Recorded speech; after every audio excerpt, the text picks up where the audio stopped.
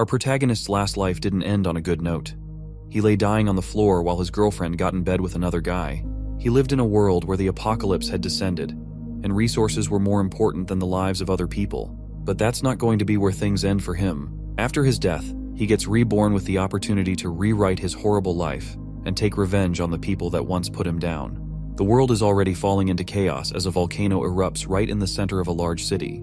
A commercial bus races through the city carrying a few dozen people. A few days ago, the underwater eruption of Mount Fuji caused a massive earthquake that sent tens of thousands of people to their deaths. Today, even a smaller city has to be evacuated because of how intense the disasters are becoming. Through the streets of this city, a bus speeds towards the evacuation location. Inside the bus, a woman realizes that she was in such a rush to enter the bus that she didn't bring any evacuation supplies. Because of that, she will have to buy new things in Jiangnan City. The man beside her asks if she has seen the news. The goods in the Walmart and Ali warehouses in Jiangnan City have all been moved. In fact, that's old news because today, Dongming Lake in Shancheng dried up, and the Darundong warehouse has been emptied too. The woman speculates that the total value of all these supplies could be in the hundreds of billions, but it is in fact in the trillions. Another man behind her confirms that the loss of supplies and various natural disasters are just the surface of everything that's happening. The truth is that the world is coming to an end. The people on the bus are frightened by the sudden thought, but they don't seem to believe the strange guy.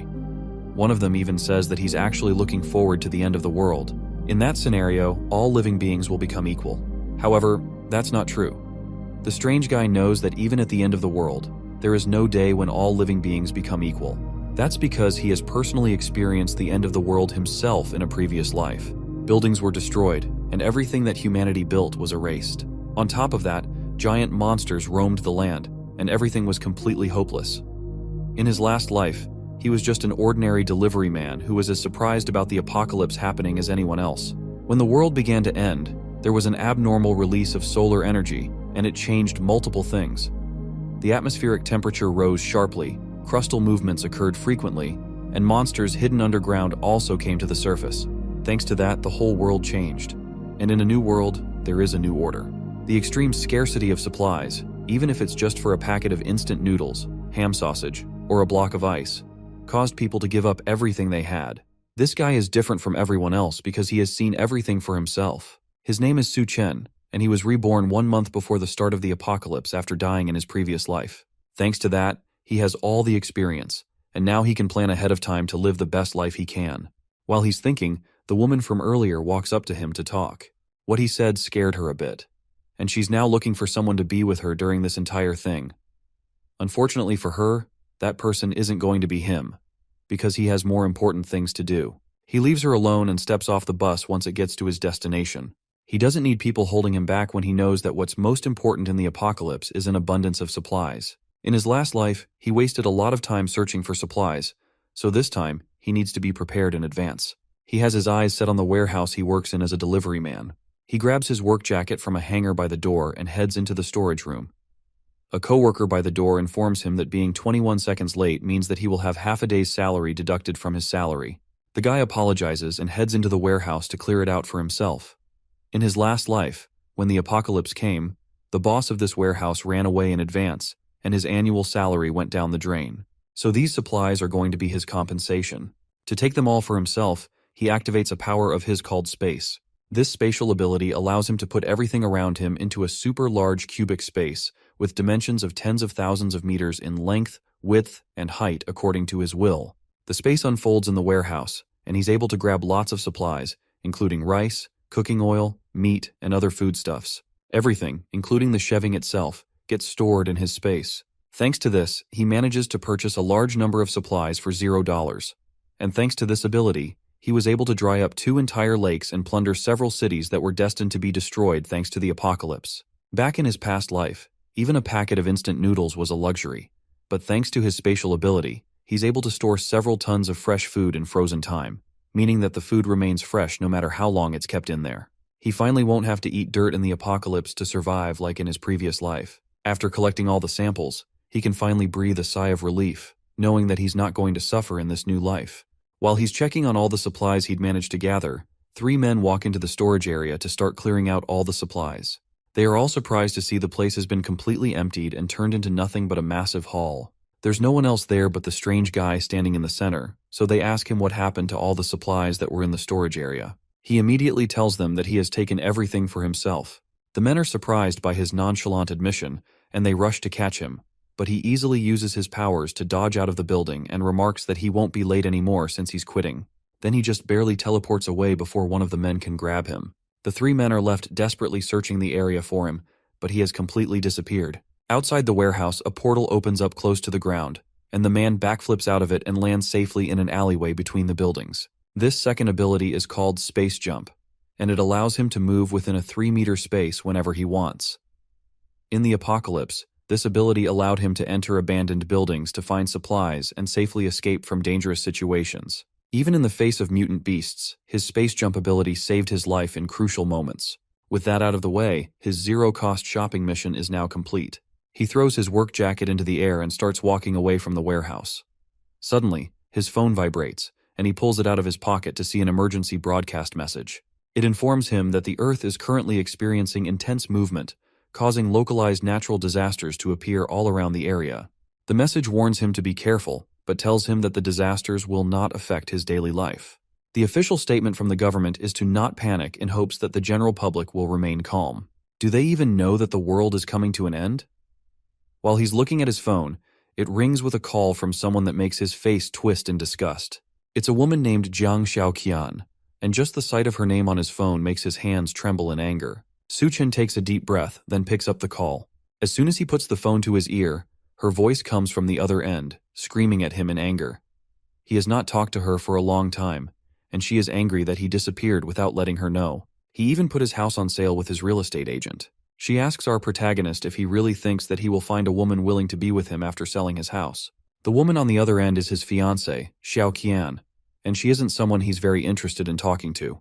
On her side of the line, she's applying lipstick after just being done cheating on him with another man. While another man named Xiao Yu relaxes on the bed behind her, she continues insulting Su Chen through the phone, asking him if he remembers his responsibility as a man. He may not care about the house, but she's still a woman, and she wants him to give her the house as a gift so she can feel more secure with him. After she's done talking, he asks if she's done with her rant and if there's anything else she wants to say. His attitude towards her makes her even more annoyed, and she decides to give him one more chance to come back and transfer the ownership of the house to her.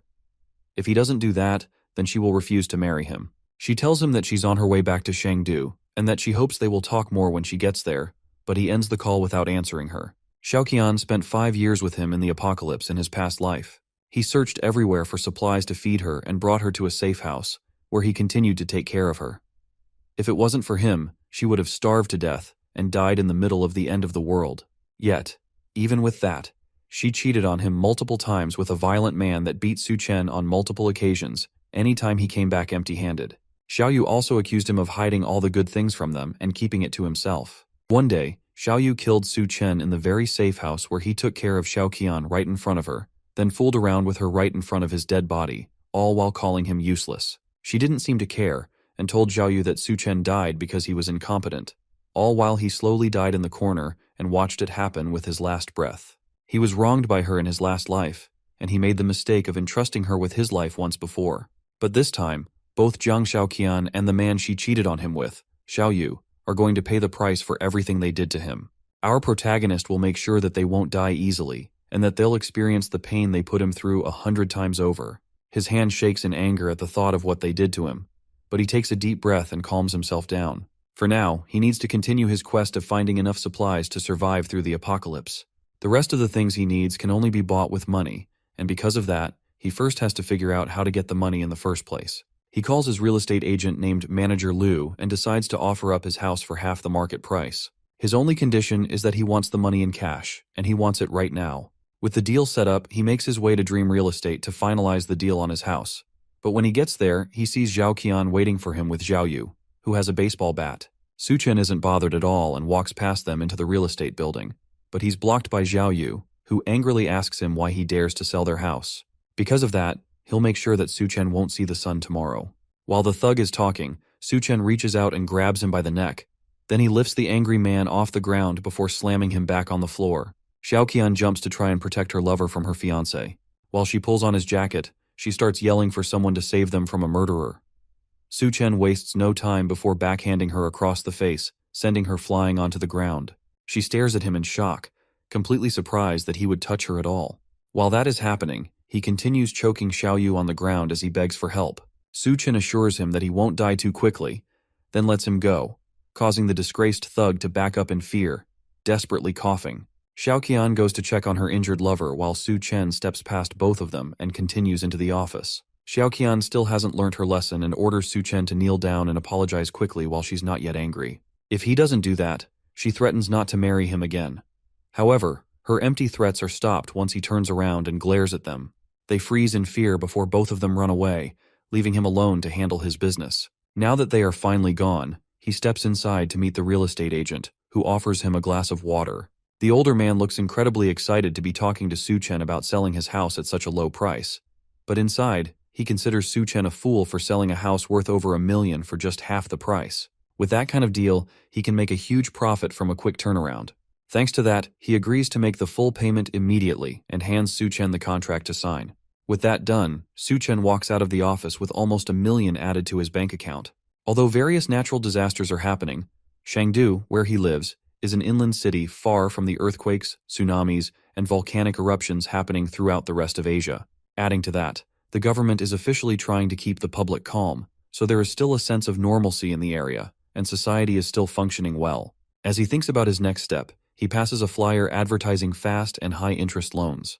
That gives him an idea, and he makes it his next step to get even more money by mortgaging his property with a property certificate. That leads him to Great Sea Loans, where he meets a large-bodied man smoking a cigarette. This man is Wang Dahai, Xiaoyu's older brother.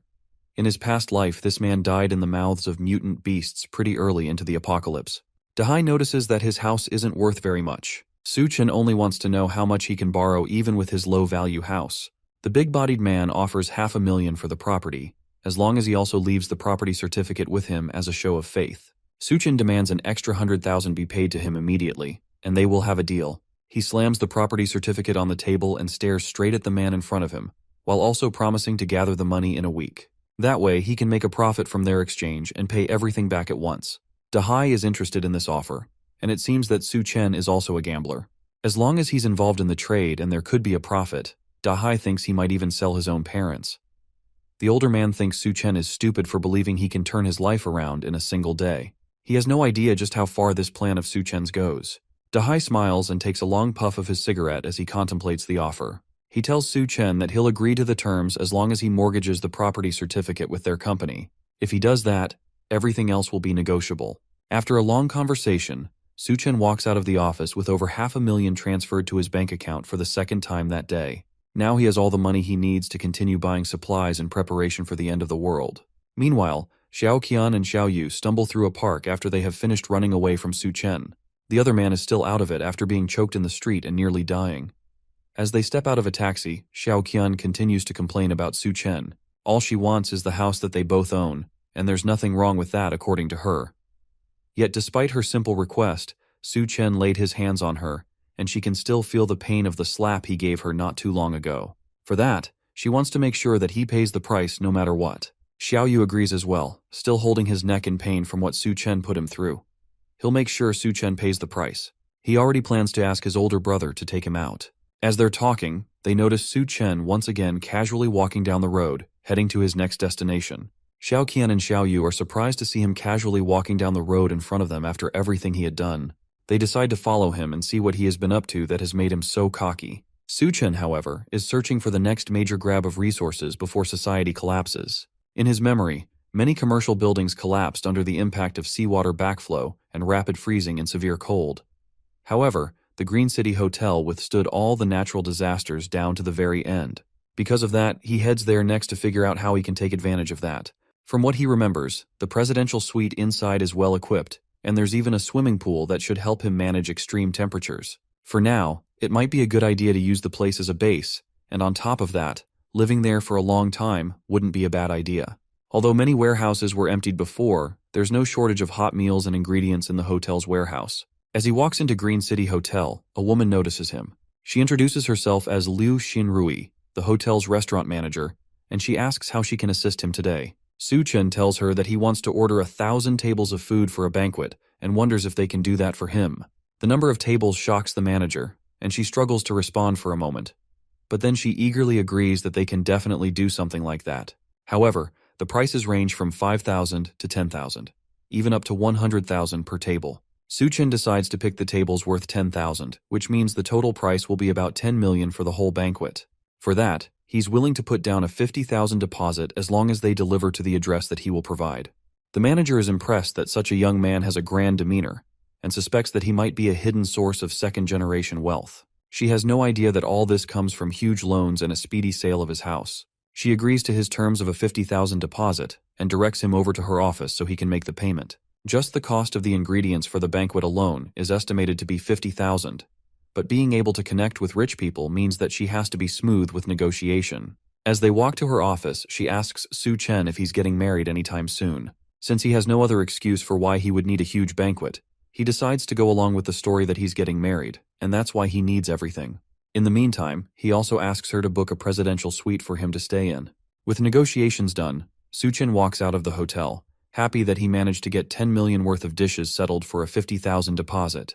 As for the final payment, by the time the scorching post-apocalyptic world hits, even a single block of ice will be worth billions.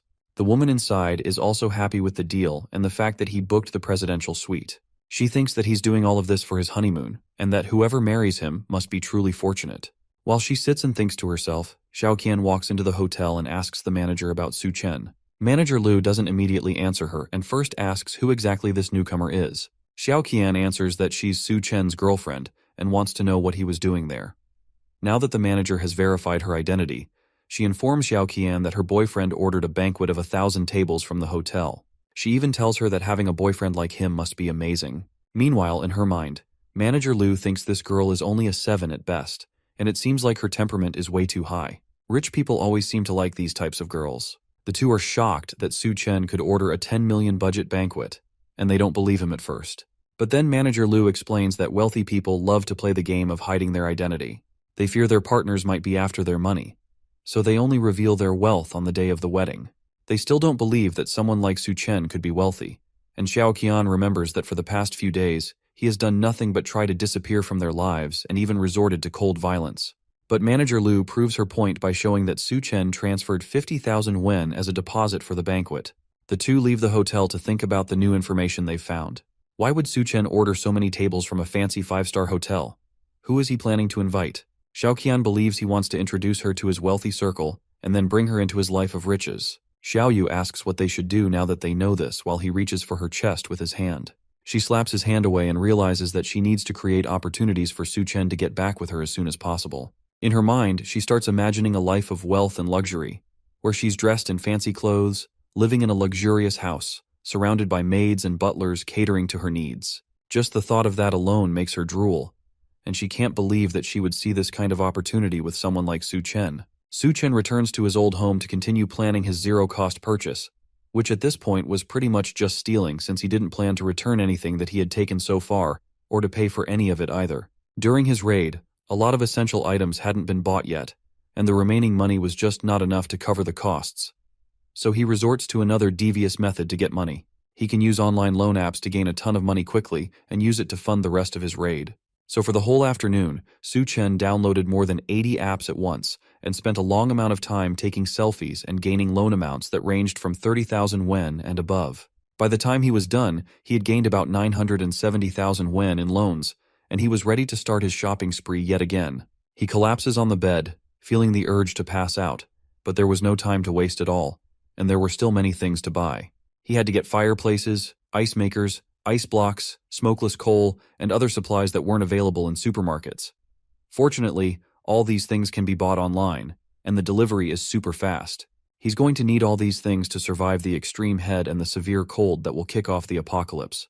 Him making it through the intense temperature changes will completely depend on whether he has enough materials to regulate the weather. So he gets to work, contacting multiple companies to prepare the materials that he would need. He starts by ordering 2,000 tons of smokeless coal, and offers to pay 500,000 wen in deposits.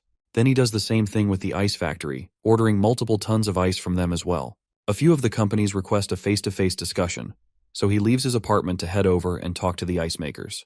As soon as he steps outside, he stumbles into a new face, followed by an unwelcome old one. Her name is Li Na, and she is a close friend of Xiaoqian. In fact, She was the one that introduced them to each other and trapped him in that awful relationship. She walks up to him with a smile while her friend follows closely behind.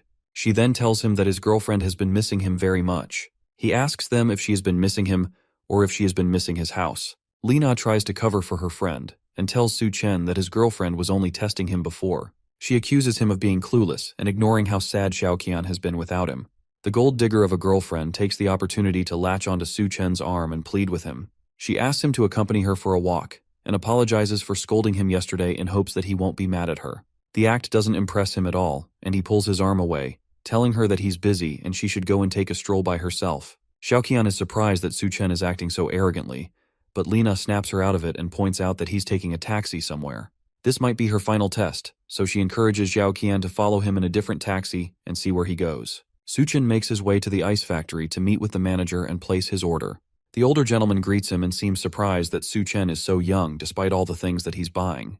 The two shake hands. Then the younger man follows up the discussion by asking how long it'll take to produce and ship the 2,000 tons of ice that he had ordered. The manager assures Su Chen that their ice factory is very efficient and one of the best in the state. He promises to deliver the edible ice in 3 days, and the total price of it all would be 800,000 wen. Su Chen agrees and hands over a 100,000 wen deposit. Then he gives the man an address to deliver the ice to in 3 days. Now that the transaction has been confirmed, the man decides to ask him why he needs so much ice. Was there some sort of large-scale event happening somewhere? If he is a regular organizer, then they could partner more in the future. He was somewhat correct, since there is definitely a large-scale event happening soon, but Su Chen can't just casually tell him that. So instead, he lies that he plans to donate all the ice to the Alishan for charity. The manager is surprised, but at the end of the day, an 800,000 yuan deal has been settled immediately at the entrance. That young man must really be something. As he watches Su Chen's taxi drive away, another taxi pulls up, and he wonders if this is someone else here for business without an appointment. Xiaoqian and Lina step out of the taxi and walk over to talk to the manager. Xiaoqian tells the boss that Su Chen is her fiancé, and she wants to know what they were talking about. He doubts her a little and wonders if this is some sort of detective play, but he still tells her that Su Chen had ordered 800,000 yuan worth of ice from his company. Xiaoqian and Lina nearly scream at the mention of that, since this pretty much confirms that Su Chen must be some sort of second-generation super-rich personality. No one in their right minds would spend that much money on just ice. Lina desperately asks what Su Chen wants to do with so much ice, and he tells them that Su Chen plans to donate it for charity. Of all the responses they expected, they definitely were not expecting that. Back with our protagonist, Su Chen has now purchased all the items he would need to survive in the apocalypse, and now he decides to enjoy the little time he has left before the world descends into chaos. In his last life, he was too busy working to ever think of doing anything in luxury. Even going to a small cafe was out of the question for him since he was so preoccupied. So he decides to go to a fancy restaurant to relax and enjoy himself. A waitress welcomes him and hands him a menu to look through. There's a lot of delicious foods like butter chicken, naan, and smoked steak, with each item on the list needing him to spend up to 4 digits. One menu item in particular catches his eye, and it seems to be a mystery item that costs 17,000 yuan. He asks about it, and the waitress confirms that it's a meal personally crafted by the head chef of the restaurant. The details completely depend on the chef's inspiration. That sounds interesting. So Su Chen decides to get that for himself. In his last life, at the beginning of the apocalypse, a strange force caused many creatures to mutate and turn into terrifying beasts. There were many monsters, like a giant serpent, that appeared in the midst of the floods in the early days of the apocalypse. He would need to prepare himself to deal with those things when they start to appear. But for now, his eyes are drawn to a pink-haired beauty walking towards his table with his food. She introduces herself as the head chef of the restaurant, and she brought the food she specially tailored for him based on his temperament. She doesn't need to introduce herself since Su Chen already recognized her. In his last life, she was known as Hell's Chef, Duan Ya. She had the magical culinary skill to turn decayed monster meat into food, and no one could resist its temptation. However, those dishes were made using mutations sourced from inside monstrous beasts, and eating them would lead to certain death. She notices his dark expression and wonders if he thinks that a beautiful woman like her will poison his food, so she tries to calm him down by introducing the food. The dish is called Dual-Faced Life, and it's a piece of steak where one side is tuna fried in brown butter, while the other side is deep fried in puff pastry. It's a kind of steak with 2 flavors that leave a lasting impression. Su Chen hides his expression and takes a bite of the steak. It is definitely worth the 17,000 yuan he spent on it, and the taste is really good. If only she could cook for him in the apocalypse. but it's possible that she could poison his food and he would have no idea. Meanwhile, outside the restaurant, Xiaoqian and Li Na watch the place in jealousy and wonder what exactly Su-chan is eating there. They've heard that each dish costs at least 10,000 yuan, and the fact that he's casually going there for a snack just further proves to them that he must be some kind of second-generation kid. Once Xiaoqian becomes a rich wife, she will definitely be able to take care of her sisters. Next in his adventure around town, Su-chen heads over to the Arya Scans bar in the Golden Sales Vault of Shangdu. In his past life, he regretted not being able to enjoy these kinds of extravagant places, and once the apocalypse starts, then places like these will no longer exist. So he's taking the chance to explore this place as much as he can. A group of girls sit beside him as soon as he gets settled down. He agrees to drink with them, but his eyes notice that one of the girls doesn't seem as enthusiastic about being there as her friends. The girls tell him that her name is Yun Yun, and this is her first time in the club. Her boyfriend just recently cheated on her, so they brought her to the club to have some fun. The guy didn't sleep with her at all and went on to cheat on her with an old woman. She's so depressed that she drinks an entire glass of alcohol, then slams it on the table. She then asks Su-chen if he's single and if he wants to have some fun with her. The girls cheer him on while Xiaoqian and Li Na enter the club and notice the two of them getting comfortable in the back. He notices the two of them. Then he takes the girl by the shoulder and leads her up the stairs. The two girls chase after him as he runs up the stairs and into a random bedroom. He locks the door behind them and tries to apologize for bringing her upstairs in a rush, but the girl seems more interested in laying with him. Our protag doesn't have any interest in taking advantage of her when she's clearly sad, so he flicks her on the forehead and warns her not to go out and to try to stock up on food in her house while she still can. Then he tries to advise her not to come to places like these since she seems to be more love-minded than her friends. But then he realized that there's no point since there will be no future for her to worry about. It's rare for him to have an opportunity to come to a place like this, but in this situation, he has no choice but to avoid them. He walks into the back of the hall and sees the two girls kicking down multiple doors in an attempt to find him. With these two here, there's no chance for him to enjoy himself for the rest of the night. He manages to escape their manhunt for him and heads home to relax and escape from the rampaging girls. The next day, all the things he ordered, including the smokeless charcoal and the ice, were shipped to him. Several trucks show up in front of a warehouse he had rented for the drop-off, and he guides them in to deliver the goods. One of the truckers is concerned that the warehouse doesn't have a refrigerated room, which means that there's a chance that all the ice will melt, but he tells them not to worry about that. He instructs them to move the goods into the warehouse and directs them to specific places in the warehouse. While all of this is happening, Xiao Yu tracks down Xiaoqian to tell her that Su-chen has rented a large warehouse in the suburbs, and he also bought a lot of large machines that are being moved into the warehouse. She's interested in what he's doing, so she goes over to the warehouse with Li Na to see what's going on for herself. The first thing they see as soon as they get there is the massive banquet from the Green City Hotel being delivered and set up. There was even a red carpet laid out, and the whole setup looked like an after-party for a wedding. Li Na is convinced that Su-chen would propose, and then guests will come in from all directions to see the wedding. Xiaoqian is still proud enough to say that even if he proposes, then she might not accept it. Then she asks Li Na to accompany her to see just how sincere Su-chen will be towards her. They head over, and Xiaoqian asks him why exactly he's buying so many things, and what he wants to do with so many supplies. He doesn't answer them. Then he tells her to help move the boxes into the warehouse. If she helps, then he will tell her everything she needs to know. Xiaoqian is disgusted by him suggesting that she would do menial labor. She's planning to become a rich lady, so how can he expect her to do such rough work? Lena reminds her that this is a test for her to see if she's qualified to become a rich lady. Despite still being appalled that she's being told to do grunt work, she decides to just do it for the sake of her future rich girl lifestyle. She manages to lift a heavy box onto her shoulder to prove to him that she's not just a delicate woman. Lena also tries to help out as well since she knows that second-generation rich people are usually lustful, and there's a chance that she could become a rich lady as well if she played her cards right. All the while, Su-chen just laughed at the free labor he was getting from these two. There were so many supplies to move around, and even though the hotel had sent some people to help, it would still take a long time to get everything into the warehouse. They spend the whole day moving things, and by evening, they are done. With all the work done, Xiaoqian is exhausted and angry. She worked all through the day without even a meal. Surely, after all this, she will definitely become a rich lady, just like she has always dreamed. Lena also lays on the floor exhausted. She can't believe that Su-chen made them lift heavy things all through the day. Just the ice blocks alone weighed over 100 pounds each. But now, the test is finally over, and he is going to make her his bride. Then they'll have a huge wedding, and all the wealthy guests will start appearing. At least that's what she thought when she walked over to confront Su-chen. The man is busy paying all the workers huge sums of money as thanks for their hard work. Then he promises to settle the remaining bill during the week according to their contract. The workers all sing in appreciation before leaving, while Xiaoqian leans against a door, waiting for him to propose to her. Suchen walks past her and heads towards the warehouse. On his way, he thanks her for helping but tells her that she isn't getting any pay for her work, then tells her to leave. Xiaoqian desperately asks him to stop playing around with her. There had to be guests coming to see them start their good and happy married life. That's what all these preparations were for, right? Suchen is amused by her thoughts of a good life. He almost wishes that their happily ever after would come. But now, not only did he sell his house, but he's in a ton of debt from the multiple loans he has taken out to buy all this stuff. Lina yells in surprise behind them. That had to be impossible. He bought over 10 million yuan worth of food from a restaurant, as well as tens of thousands of other supplies. How could he be broke after all of that? Suchen decides to lie that there's a big boss who wanted to do a good deed, so he decided to help out.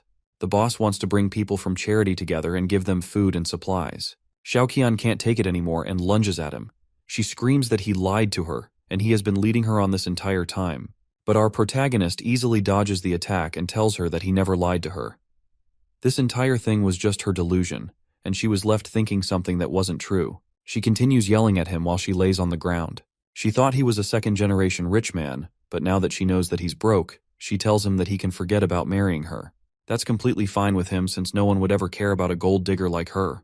That sends Xiaoqian over the edge, and she storms off, vowing that he will regret everything he has done to her. Lina follows behind, but not before warning Su Chen that he's finished. Su Chen is not even slightly worried about the empty threats.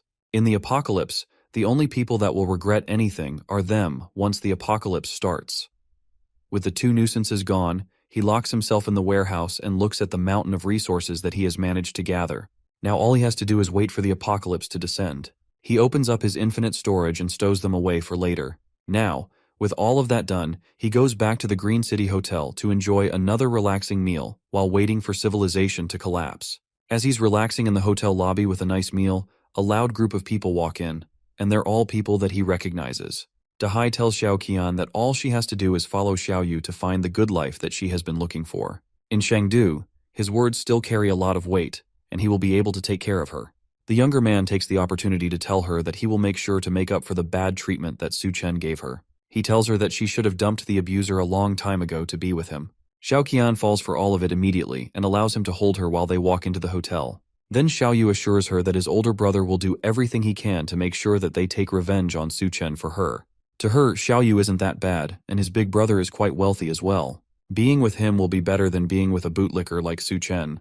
The noise finally causes Su Chen to speak up and points out that Xiaoqian really isn't picky with who she decides to stick with. His sudden appearance shocks her, and Xiaoyu takes the opportunity to tell his brother that this guy is the man who dared to attack him. Dahai recognizes him as the guy that he gave a huge loan to recently. The bigger man has been planning to find him for a while now, but now that he knows that his benefactor is the same person that harassed his brother, he now has more plans for the foolish younger man. Xiaoyu is surprised that his brother knows Su Chen, and the large man tells him that this guy is the same person that mortgaged his house and borrowed over 500,000 yuan from him. And on top of that, it just so happens that tomorrow is the repayment day. It seems like they both have scores to settle with him. Xiaoqian is grossed out by the fact that he even had the audacity to borrow money from Dahai. Because of that, he definitely won't be able to clear the debt in this lifetime. Luckily for her, she didn't get involved with him. Su Chen isn't worried by the noisy guests and calmly wipes his mouth after his meal. Dahai leans down and threatens Su Chen with his pending repayment. He can't be here enjoying himself in a hotel when the man he owes so much money to is standing right in front of him. Xiaoyu yells that he won't be able to pay back the money no matter what. It's best that they just finish him now that they have the chance. The group of thugs behind him smile menacingly, and they also look eager to go after Su Chen. While all of this is happening, Manager Louis comes in to try and pacify the situation. Dahai agrees to talk it out if our protagonist kneels down and apologizes to him and his brother. If he does that, then they will consider peacefully settling the matter.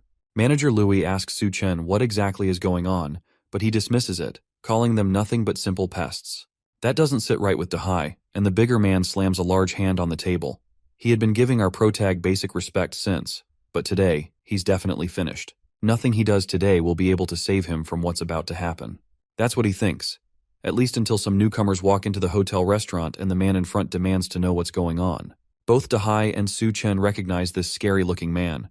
His name is Gao Qiang, and in Su Chen's last life, He was known as the Skull Crusher. He and Hell's Chef were a major force in the post-apocalyptic world of Shangdu, and he even heard that after the apocalypse, the Green City Hotel became the first place of the mutations. In fact, it's very likely that Gao Chang's skull-crushing abilities grew in him because he was in the hotel when the mutations started. For now, though, Gao Chang is just a well-known entrepreneur in Shangdu, with a wide network of people in the underground and many people under his command. The man notices that Su Chen has an interesting glare. Now that the chaos has settled down and they weren't making a mess of his hotel, Gao Chang continues on with the business he had in the hotel. He brings Duanya to an office in the hotel, where Mr. Sun waits for them, pouring a glass of wine as they enter. This man is named Mr. Sun, and the chef wonders what exactly he wants to discuss with her. The man tells Duanya that he has heard about her being a great beauty, and today he finally gets to meet her in person. He offers her a drink, but the chef can clearly see that some sort of drug has been dissolved in it. As she stares at the glass in disbelief, meanwhile, Su Chen swirls his own glass of wine in his presidential suite bedroom. In his previous life, he hid with Xiao Qian in their basement, and they barely managed to survive the extreme heat of the apocalypse. He never expected that at this time he'd ditch her and she would end up following him around. Either way, it's a good opportunity to settle old scores with her and get his revenge. He watches Xiao Qian and the others play outside in the pool, and they don't seem to notice him. The two men stand outside in their swimsuits and wait for the ladies to join them. Dahai notices that the air has been getting much hotter recently, and it almost seems like it's hotter at night than in the day. That's exactly the reason why Xiaoyu suggested that they go to the pool to cool off. Seeing the girls in swimsuits was just going to be an added bonus for them. The two men are excited just thinking about it, and they hug in joy at the bright idea. The two girls make their way towards the pool in their swimsuits, and they notice that the moon looks brighter than normal. When they reach the pool, Xiaoyu takes Xiao Qian's hand and confesses that his love for her shines brighter than the moon. She doesn't care about his pointless advances because it's too hot, and she just wants to get to the pool. Su Chen laughs at them from upstairs. The bright red moon means that the apocalypse is about to start. He swirls his glass of wine in the air and drinks to the start of the end of the world. Suddenly, the moon explodes with a bright burning heat, and the four people outside immediately feel it. They make a run for the hotel lobby, but Dahai is too slow to keep up with them. The moonlight suddenly feels burning hot, and their skin starts to burn from the heat. The people inside the hotel notice that the outside has become just as bright as if the sun were out and it were daytime. Dahai's men wonder whether he will be all right, but one of them mentions that he is probably just flirting around with the girls, and they should leave him to his happiness. As they are talking, Xiao Qian, Xiao Yu, and Li Na race back into the hotel lobby, looking like they just had a fight for their lives. They roll around on the ground and look around desperately for something to use and cool off. All the while, their skin looks burnt and red. Xiao Yu notices a fish tank, and the three of them dive into it to try and cool off. While they're inside, they argue with each other on who can stay in the pool and who should get out. Dahai's men wonder what they are doing and why they look so injured. More importantly, they wonder where Dahai is and why they ran back without him. Xiao Yu realizes that they abandoned his brother outside, but by then it's already too late. His skin is burnt worse than the others, and he has blisters all over his body. Everyone rushes to take care of him before he collapses. Meanwhile, Mr. Sun asks Duanya why she isn't drinking the wine. Before she can answer, Gao Qiang cuts in and tells him that a banquet has already been prepared for him. Mr. Sun doesn't care, though. He's only concerned by the fact that Duanya didn't drink what she was offered. Nobody in Shangdu dares not to drink the wine he pours. He tells Gao Qiang to back off since this is none of his business. At that moment, Duanya realizes that Gao Qiang had set her up. He must have done it to try and climb up the ladder and win Mr. Sun's favor. The large man thinks he's invincible in Shangdu and that he can go around harming many women, and today it seems like he targeted her. She's completely certain that there is something wrong with the drink, and she must not take it. However, there's nothing she can do to escape this situation. At that moment, the moon shone with a bright red burning light. The light blinds both Gao Qiang and Mr. Sun for a moment, before they both rush to close the curtains because of the heat. The two men are sure that something horrible is going on, and they decide to go downstairs and find out more information, while Dawn sighs in relief that a distraction like that had saved her from something terrible. Downstairs, everyone in the hotel had gathered in the lobby to try and escape. Manager Louis urges them to calm down and tells them that a rescue team was on their way to take them to a more secure location. The people don't seem convinced, and chaos starts to burst out in the lobby. Meanwhile, Gao Qiang makes his way downstairs and asks someone what's going on. He explains that there was a sudden temperature rise, and the news had reported that hundreds of people had already been injured. Mr. Sun tries to call up one of his friends to send someone to pick him up from the hotel, but they tell him that right now, they're working to make sure that there aren't any power issues, and because of that, nobody is available to come over and pick him up. Dahai is still burning in the corner from his direct exposure to the sunlight. His men tell him that he needs to go to the hospital while he screams in pain every time someone touches him. But with it being so hot outside, there's no way they will be able to get to the hospital. He tries to call one of his other men, Xiao Dao, to drive over there and pick him up. Xiao Dao is already in the underground garage of their real estate headquarters, and he starts driving out to go and pick them up at the hotel. Because he's underground, he can't feel the heat as much as others can, until he drives into the street and notices that everywhere is bright, as if it were still daytime. Then, his tires blow out, and the car stalls on the road. He's forced to step out of his car and run back to the building. He calls Dahai to tell him about the car blowing out, but his attention is diverted to something more painful. His shoes were dissolving with every step he took, and he tripped, falling to the ground. He opens his eyes and sees that there is a completely melted and dissolved body lying beside him. He screams and tries to get up, but his skin sticks to the floor as he does. The heat had already melted most of his face and stuck him to the ground.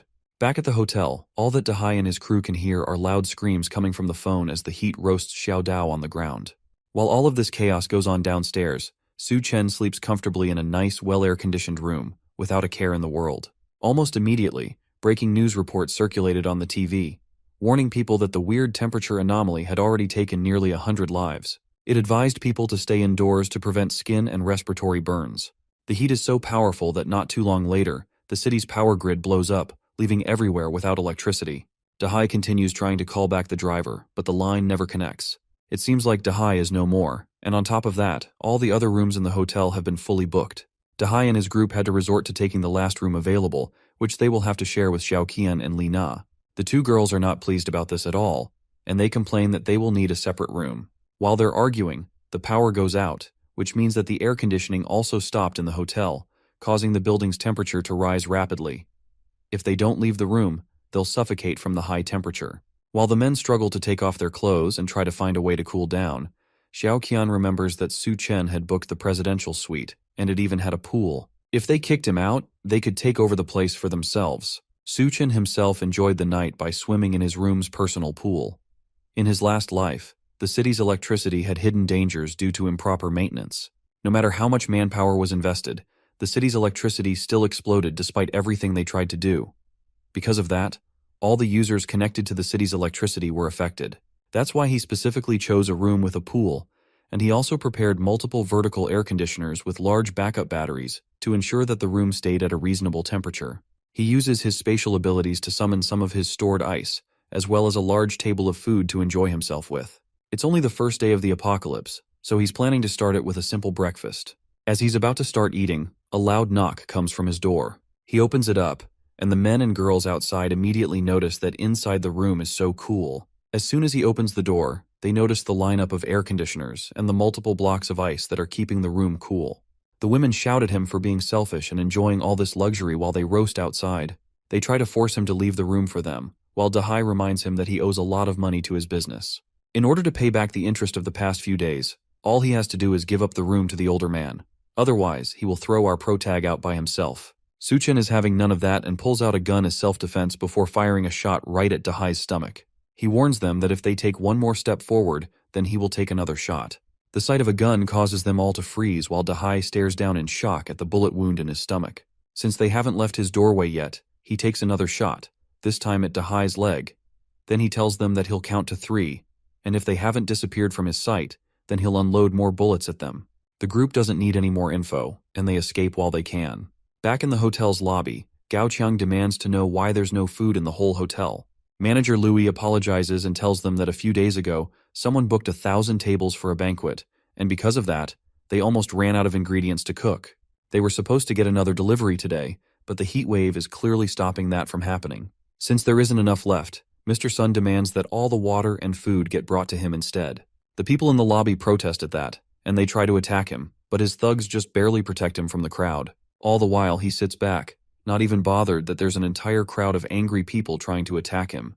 Then suddenly a group of people ran into the lobby, shouting that Su Chen tried to kill someone. Gao Qiang notices that Dahai has gunshot wounds, but he knows that there aren't many people who can get their hands on a gun. It seems like there's a tough character living upstairs. Xiao Qian announces to everyone that Su Chen's room has electricity, air conditioning, and even a swimming pool. That catches everyone's attention, and she verifies that she saw it with her own eyes. There was even lots of food and ice cubes, which made the room seem like heaven compared to the sauna that was in the hotel lobby. The crowd rallies together and makes their way upstairs to confront Su Chen, and Dahai orders his men to follow them and make sure that Su Chen gives up his room no matter what. The crowd reaches the door to the residential room, and when Su Chen opens the door, they get a taste of the cool air in the room. They all beg him to allow them to stay in his room, while a kid peeks his head into the room looking for the fried chicken that Xiao Qian had mentioned. Once he spots it, he runs into the room in a frenzy, desperate for a taste of the food, but a food to his stomach sends him flying back into the crowd. That causes the crowd to go into a frenzy since he kicked a child. They determine that someone like him doesn't deserve to stay in such a luxurious room. They try to rush at him, but he pulls out the gun and shoots blindly into the crowd, taking out one of the people standing at the back. As the man drops dead to the floor, he reminds them that he may be alone, but they only have one life. Downstairs, Xiao Yu screams out once he notices his brother is outside, lying down in the scorching sun. The rest of his brother's men hold Xiao Yu back from running outside, as his brother is already long dead. His wound was already infected and rotting, and because of the high temperature and there was no medicine to treat the wound, the man passed on. Xiao Yu knows exactly who to blame for this, and it's the man that shot his brother in the first place. The man himself is currently being seduced by Xiao Qian and Li Na, who are trying to remind him how much she loves him. They tell him that he couldn't shoot them, and he was just trying to scare Dahai and his crew. They beg him to let them in, and if he does, they will do whatever he wants. He sees how desperate they are to be with him, and finally decides to let them in. Before they can do so, Xiao Yu charges through them, aiming to kill Su Chen and take revenge for his brother. That causes Su Chen to declare that anyone who crosses his door will die, before he brings out a baseball bat and sends Xiao Yu flying with one hit. He flies back, knocking into the two women behind him and sending them all down to the ground. Now that they've seen his violence for himself, the two girls don't want to go anywhere near him, so he tells them to get lost in his sight. They drag the knocked-out Xiao Yu away, and he glances up at the armed surveillance system that he mounted up beside the door. If they hadn't left, they would have died, regardless of if they managed to take him out in the process. Outside, a cargo of armed military vehicles drives down the burning streets towards the hotel. The tires have been modified into treads, and the windows have been insulated to make sure that the rescue team can survive the journey to the hotel and back. One of the vehicles parks in front of the hotel, and some armed men in insulated suits step out and enter the hotel lobby. They ask if Liu Zhengguo from the academy is in the building, and he steps out from the crowd towards them. The rescue team is there for him, and only him, and they give him the insulated suits to put on so he can leave with them. Professor Liu is a geological expert, and he will be able to play an important role in stopping the disaster. The rest of the people in the lobby yell out in protest, because they are trying to rescue only one person instead of the crowd of people that were also trapped in the hotel. One of the men announces that the authorities have already launched a separate rescue operation that will take place at midnight, which is the coldest time of the day. Once nighttime falls, they can all make their way to Silicon Valley Plaza, where they will find the rescue point. The others in the lobby celebrate that they will soon be rescued, but not everyone is satisfied. Mr. Sun rushes towards one of the insulated guards and demands that they give him an insulated suit so he can leave with them, but the guard is easily able to restrain him. With no other options, he orders Gao Chang to snatch up one of the insulated suits for him, but they can't move with several guns pointed at them. The soldiers turn to leave, but Xiao Qian stops one of them and tells them that there's a murderer upstairs. Lina also announces that the murderer has a gun, and he has killed several people already, and he almost killed them too. One of the soldiers, Xiao Feng, decides to stay back and investigate the situation. The other soldiers warn him not to be too impulsive and to focus only on completing the mission, but he declines and assures them that he will contact them after dealing with the situation. He heads up the stairs, and Xiao Qian celebrates the fact that after Su Chen is shot dead, then she will be able to stay in the room and wait for rescue. Xiao Feng sneaks up to the presidential suite, but then he notices a camera watching him through a plant in the corner. Before he can process it, the door opens, and two bombs are thrown out. The first is a flash bomb, which immediately blinds him. Then the second is tear gas, which causes him to cough uncontrollably. While he's trying to regain his senses, Su Chen sneaks up behind the soldier and hits him with the baseball bat, knocking him out cold. He wakes up a little while later, tied to a chair and still feeling the effects of the gas and the blow to his head. And the first thing he notices is that the place is very cool. Then he sees Su Chen looking at his military ID while holding his gun. He also realizes that he has been stripped down to his underwear, and all his armor has been taken as well. Now that he's awake, they can talk. But the soldier is more interested in how an ordinary guy got so many ice cubes and air conditioning. He's also curious about how he got access to so many weapons and flash bombs. Su Chen tells him that he's a recent graduate, and he got the guns and everything else during a trip to the Middle East. The story is completely unbelievable, but But there's nothing our protagonist can do to change that, so he instead switches to asking more important questions. Suchen wants to know if the government has set up rescue points for citizens to go to in the morning. The soldier is shocked that he knows about that, but Suchen doesn't ask, and instead he explains that being exposed to the moonlight for more than 10 minutes can lead to fainting, and this will cause many people to die on the way to the rescue. Xiaofeng knows this, but there's no other way to save people. They have established safe zones and modified rescue vehicles in the area, and all they need is for the residents to reach the rescue point on their own. All they need to do is to wear some sort of insulated blanket, and they should be able to survive the walk to the rescue point. Suchen places a hand on his shoulder and goes behind him with a gun pointed at the back of his head.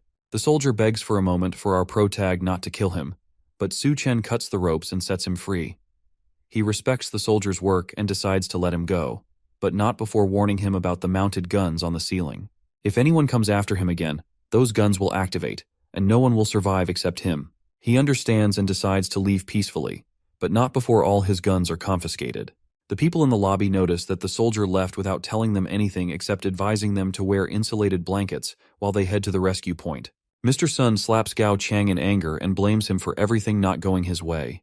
The others wonder just how long they will have to deal with the annoying man, but they have no choice for now. Once the rescue team has taken them in, they will need Mr. Sun's connections to live comfortably. Suchen watches from the shadows and asks if Gao Qiang wishes to restore order even in times like these.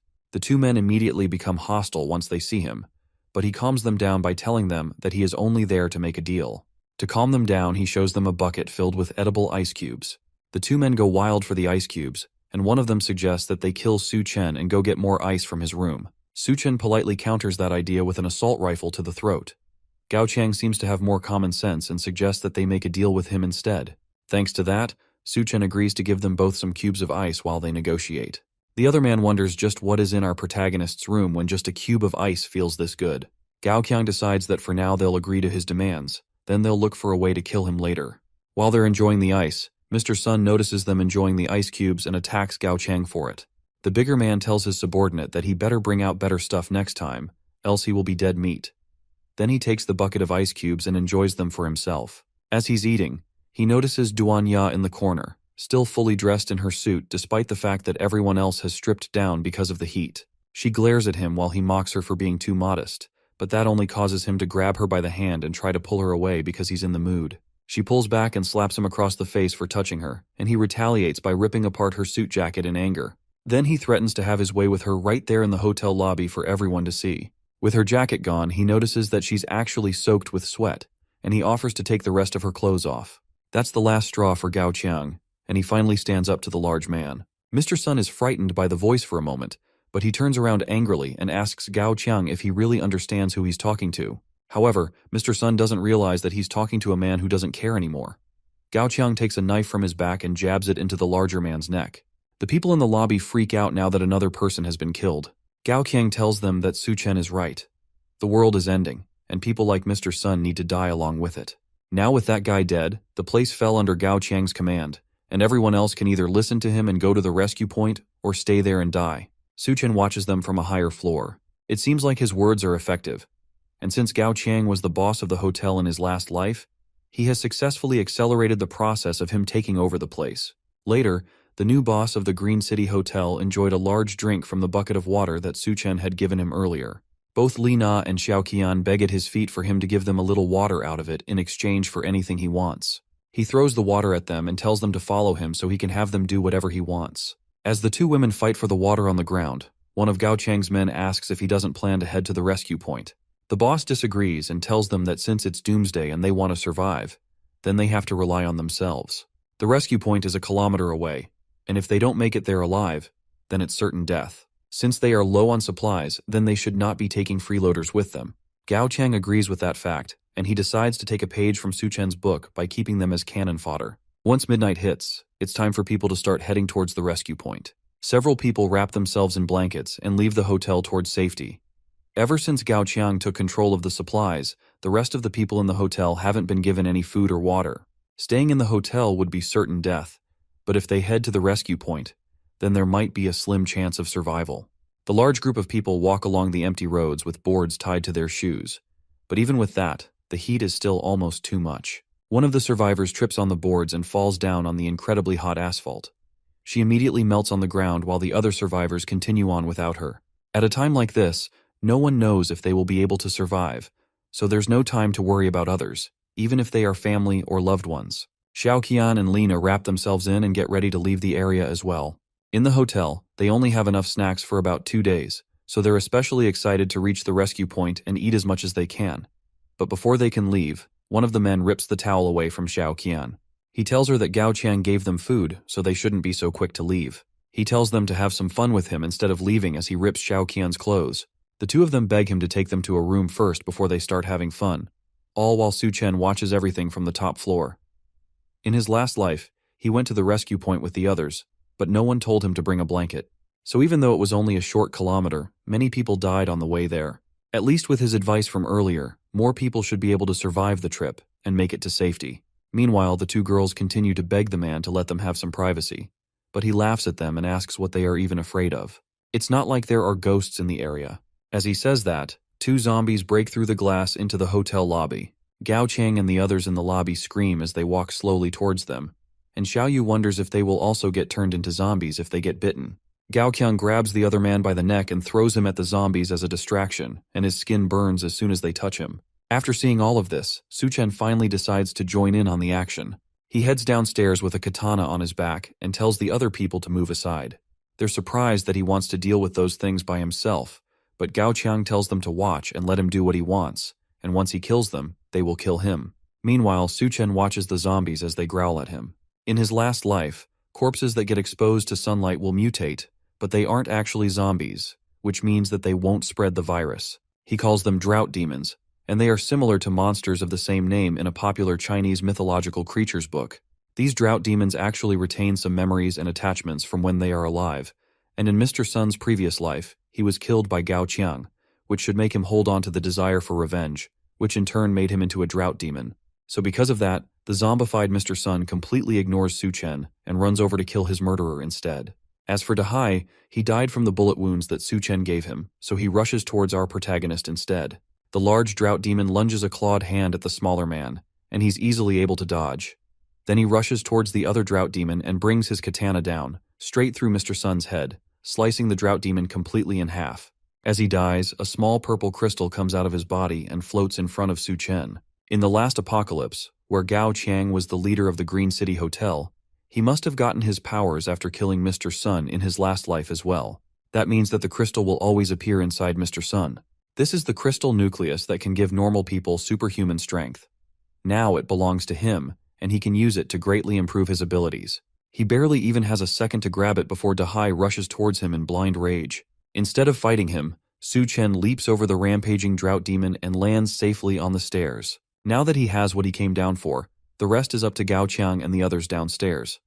With no other choice, the boss grabs Xiaoyu by the neck and throws him towards Dahai. That manages to knock the man and his zombie brother into their supply of water. Then he yells for the others to find weapons and attack. Meanwhile, Su Chen pours himself a drink and dissolves the crystal in it. In his last life, these crystal nuclei occasionally appear in the skills of drought demons and other mutant beasts. They are extremely rare, and it only appears inside everyone in 100. To get the power from them, one has to clean the crystal nucleus thoroughly, then swallow it directly. Once the crystal is fully submerged in the drink, he downs the entire thing in one gulp. The effects show immediately, and his body bursts with so much power that his clothes immediately explode. He screams out in pain as his eyes grow red before finally collapsing naked on the floor. Downstairs, it seems like the zombified Dahai is dead. Gao Qiang stomps on his head in anger and yells for it to move, but it lays motionless on the floor. Killing it also took out their last source of water. Without any water, Lina decides to try and escape to the rescue point, but one of the men grabs her and says that he will cut off her legs if she tries to run again. She begs him to let her go since, without water, everyone there will die of thirst anyway. Then she tells them that if they let her go, she will tell them a way to deal with Su Chen. That interests them, and they urge her to speak before they kill her. She tells them that Xiaoqian is Su Chen's finance, and if they attack her at Su Chen's doorstep, then he will definitely open the door so they can ambush him. The men agree with her, and Xiaoqian is shocked that her own sister would suggest using her as bait.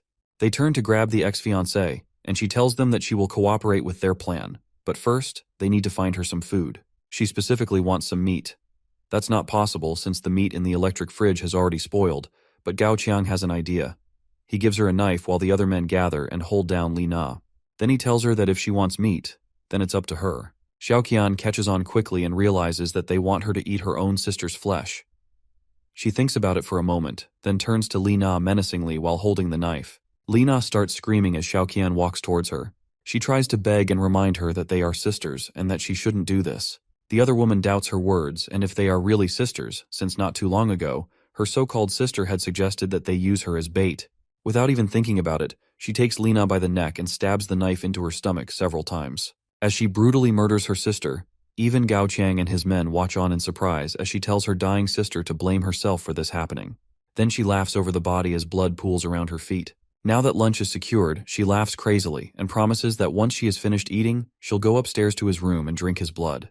Gao Qiang tells them to let Duanya cook the meat since they will need all the strength they can get to deal with Su Chen. One of the men tries to protest, but the boss reminds him that without water, none of them will last a day, so if they don't want to turn into a dry corpse, then they should do as he says.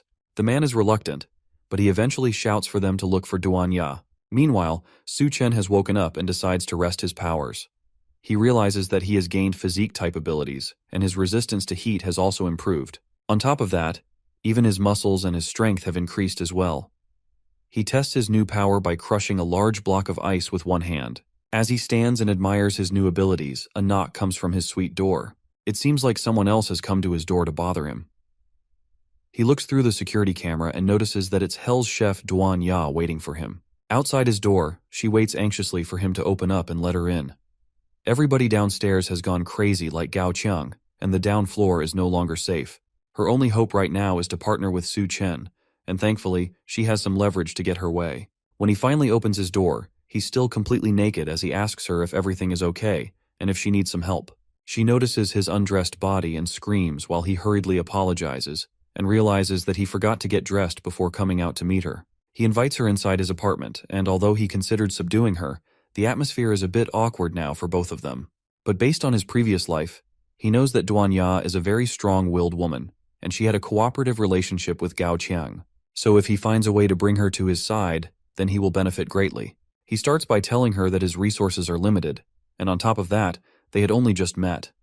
He can't just be expected to take her in just because she's pretty. Duanya realizes that the room is well equipped with ice and electricity, and because of that, she will have to show her worth if she wants to stay there. She tells him that she's not just a chef, she's also a graduate from Southwest Medical University, which means that she has a medical qualification certificate and 3 years of experience as a surgeon. The fact that she's a doctor is exciting to him, but that doesn't change the fact that his resources are limited, and he's uncertain if they can survive till tomorrow. She gets desperate and tells him that as long as he doesn't kick her out of the building, then she'll do anything he wants her to. He accepts her offer and tells her to consider his room her own home.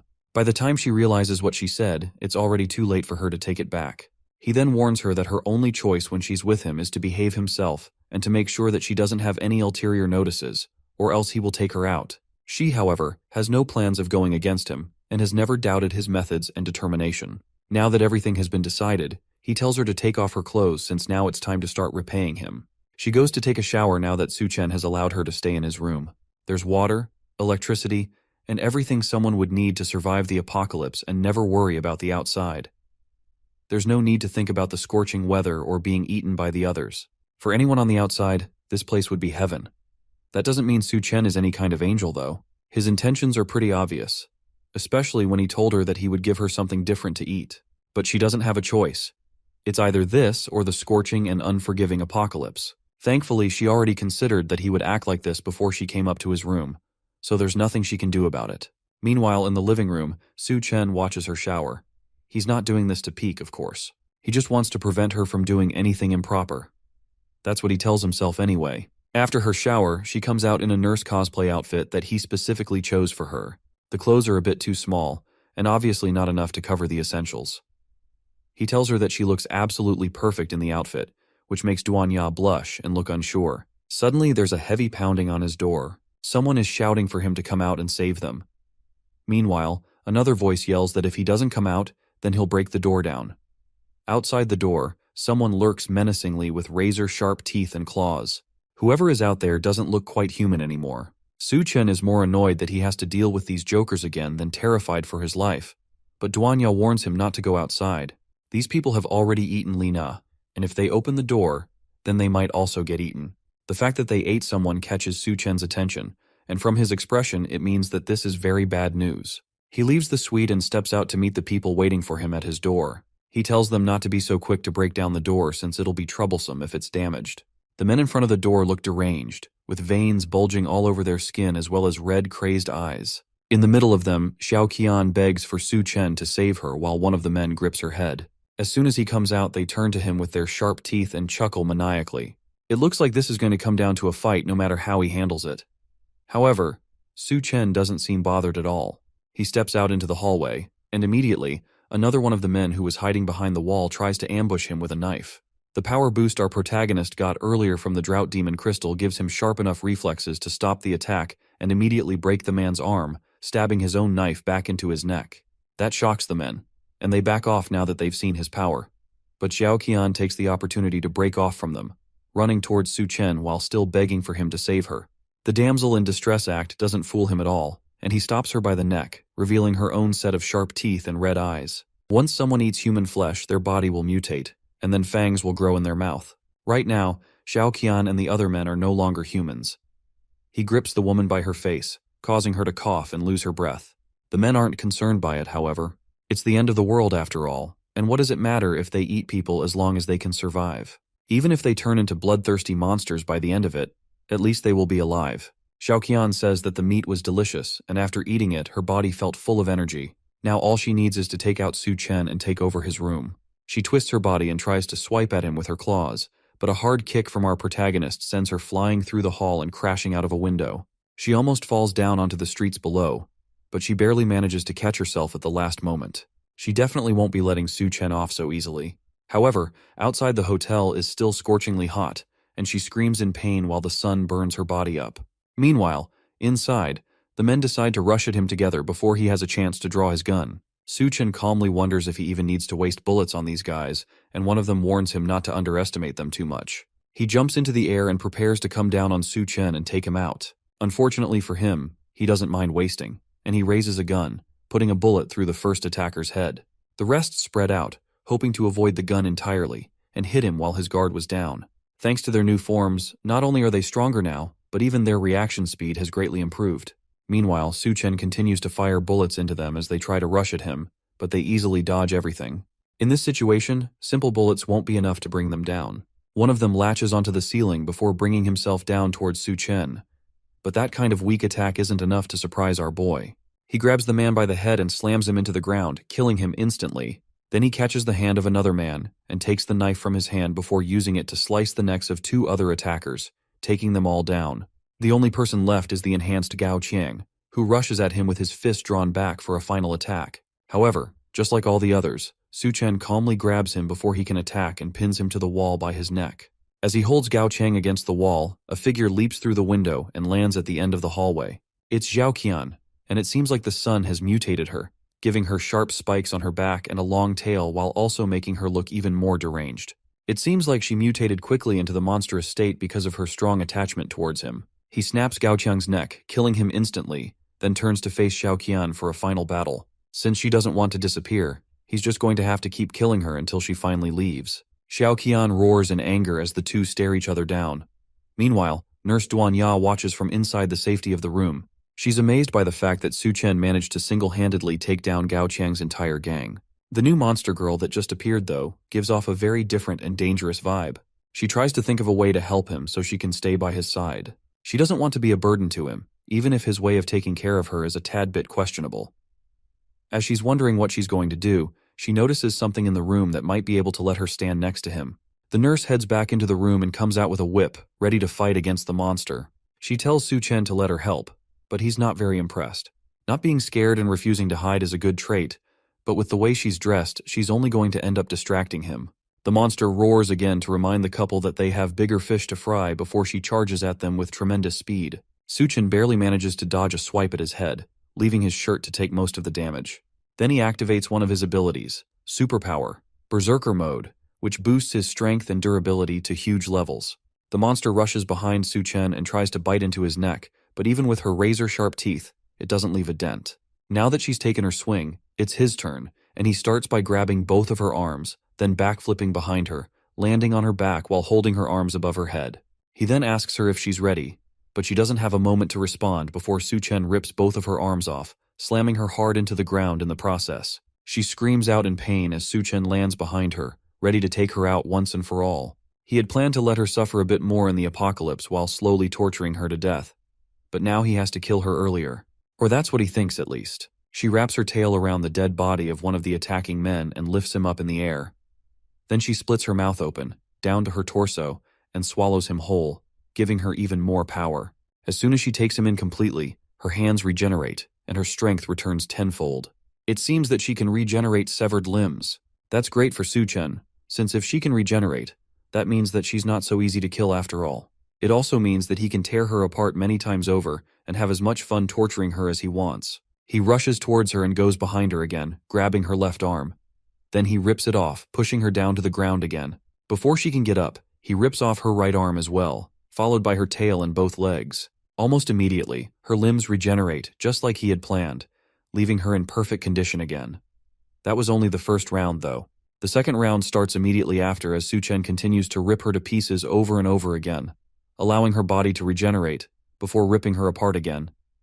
He doesn't just go for the limbs either. He moves on to the tongue, then her internal organs and everything else. Apart from the head, it seems like everything else can regenerate, meaning that he can keep toying with her as much as he wants. By the 21st round, her body stops regenerating, and she lays defeated and broken on the ground.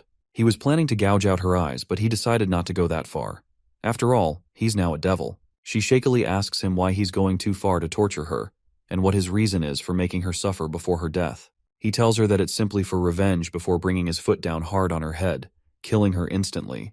Now that the threat has been taken care of, Duanya nervously asks him if he's all right, but instead of answering her, he asks her if she's ready. He has been so heroic that she should be ready to reward him. Elsewhere, at the rescue point, it seems like the outside temperatures are normalizing. It's not much hope, but maybe the apocalypse is ending already. At least, that's what the soldiers stationed at the engineering university station think. Xiao Feng, the soldier that once had a fight with Su-chen at the hotel, is one of the people stationed at the university, and he notices something in the distance. He nervously calls out to the captain of the squad, a white-haired woman, and he tells her that there are a lot of people approaching the rescue point suddenly. She turns to see what he's talking about, but instead of people, she sees a massive horde of zombies marching towards them. They start running towards the two, and the captain wastes no time in giving out orders. She tells Xiaofeng to evacuate the civilians from the rescue point while she tries to hold them off. Xiaofeng tries to argue, but she forces him to go inside. Since he has no choice when given an order, he reluctantly rushes in while telling her not to die. Meanwhile, Su-chen plans to show Duanya the power of a berserker for probably the third time. At this point, she has rewarded him more times than she can count, and she covers herself, wondering how he wants to go at it again. Su-chen tells her that now that the extreme heat wave is over, he has to go out for a bit. Before he does that, though, he has to show her some unforgettable memories. She asks why she can't just come with him, but people around him must follow a couple of strict conditions. They must be valuable, and they must absolutely obey his orders. After their session, it seems that Duanya has completely submitted to him. Next, he has to hurry into town before the seawater surges in. In his previous life, many of the zombies were driven by the obsession to reach the rescue point, and eventually, they formed a tidal wave horde and attacked their former escape route. Many civilians and soldiers died in the tidal wave attack, and the incident also led to a large amount of military weapons being scattered. Thanks to that, a lot of idiots on the streets now have access to guns, and ordinary people went around shooting each other to survive and for fun. This is how various factions formed over time, and multiple people rose to power among the chaos. Some, however, were just too stupid to use their newfound power in productive ways. Like the group of people that thought they'd be able to stop his car by standing in front of it with a gun. They yell for him to stop the vehicle, but he simply barrels through them at full speed, running them over as he continues to his destination. As he drives through the city, he notices that, just like in his previous life, the walls crack from the scorching sun, and the combined onslaught of the zombie wave eventually led to the collapse of the subway station. Thanks to that, a large number of people died underground, and the number probably reached the thousands. He stopped the car for a moment to look into a hole in the ground, and a large number of zombie eyes stared back at him. The zombies underground are attracted by the roar of the car, and even though there could be a large number of crystals down there for him, not all zombies have crystals in their heads, and it would be way too time-consuming to crack each skull open one by one. Instead of doing that, he decides to head over to the engineering college and check out the situation for himself. It's the first time he has been back at the engineering university since he graduated. Now it's filled with more delinquents and zombies than he remembers. As he walks through the front door, he's greeted by a group of people who seem to be holding zombies as pets by chaining them to the walls. They tell him that he's entering their territory, and so he better hand over his backpack if he wants to get by without being attacked. Suchen pretends to be defenseless for a moment and pulls out a braised chicken leg from his backpack that he plans to give them in exchange for being allowed to pass. The group of people who likely haven't seen good food in several days immediately go feral at the thought of eating chicken legs.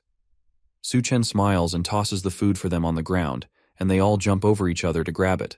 But as they fight for it, our protagonist pulls the meat back using a piece of string and tells them that they aren't worthy of eating the chicken legs. This makes them angry, and they pull out their weapons to get back at him for messing with them. That forces Suchen to stop messing around, and he pulls out a gun to end them quickly.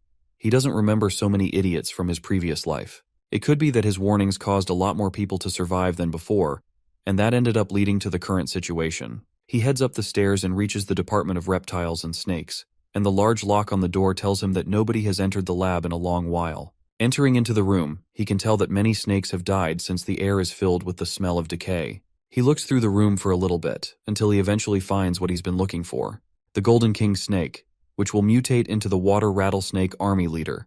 It seems like it has survived for so long by eating all the other snakes. In his previous life, this snake was one of the earliest to undergo mutation, and it ate quite a few people. In fact, it almost swallowed him as well. In about a week, when the flood comes, it will begin to mutate, and it might become so strong that it will become difficult for even him to defeat. Even now, it feels like the snake has already started forming a hint of intelligence. He will need to be cautious around it from now on. As he's looking at the snake, he senses something from outside the room. It seems like some people are here to greet him. The thugs outside the door yell for him to come out. It's useless to hide since they already know that he's hiding in there. Suchen doesn't hide, of course, and comes out with a hand in his pocket and without a care in the world.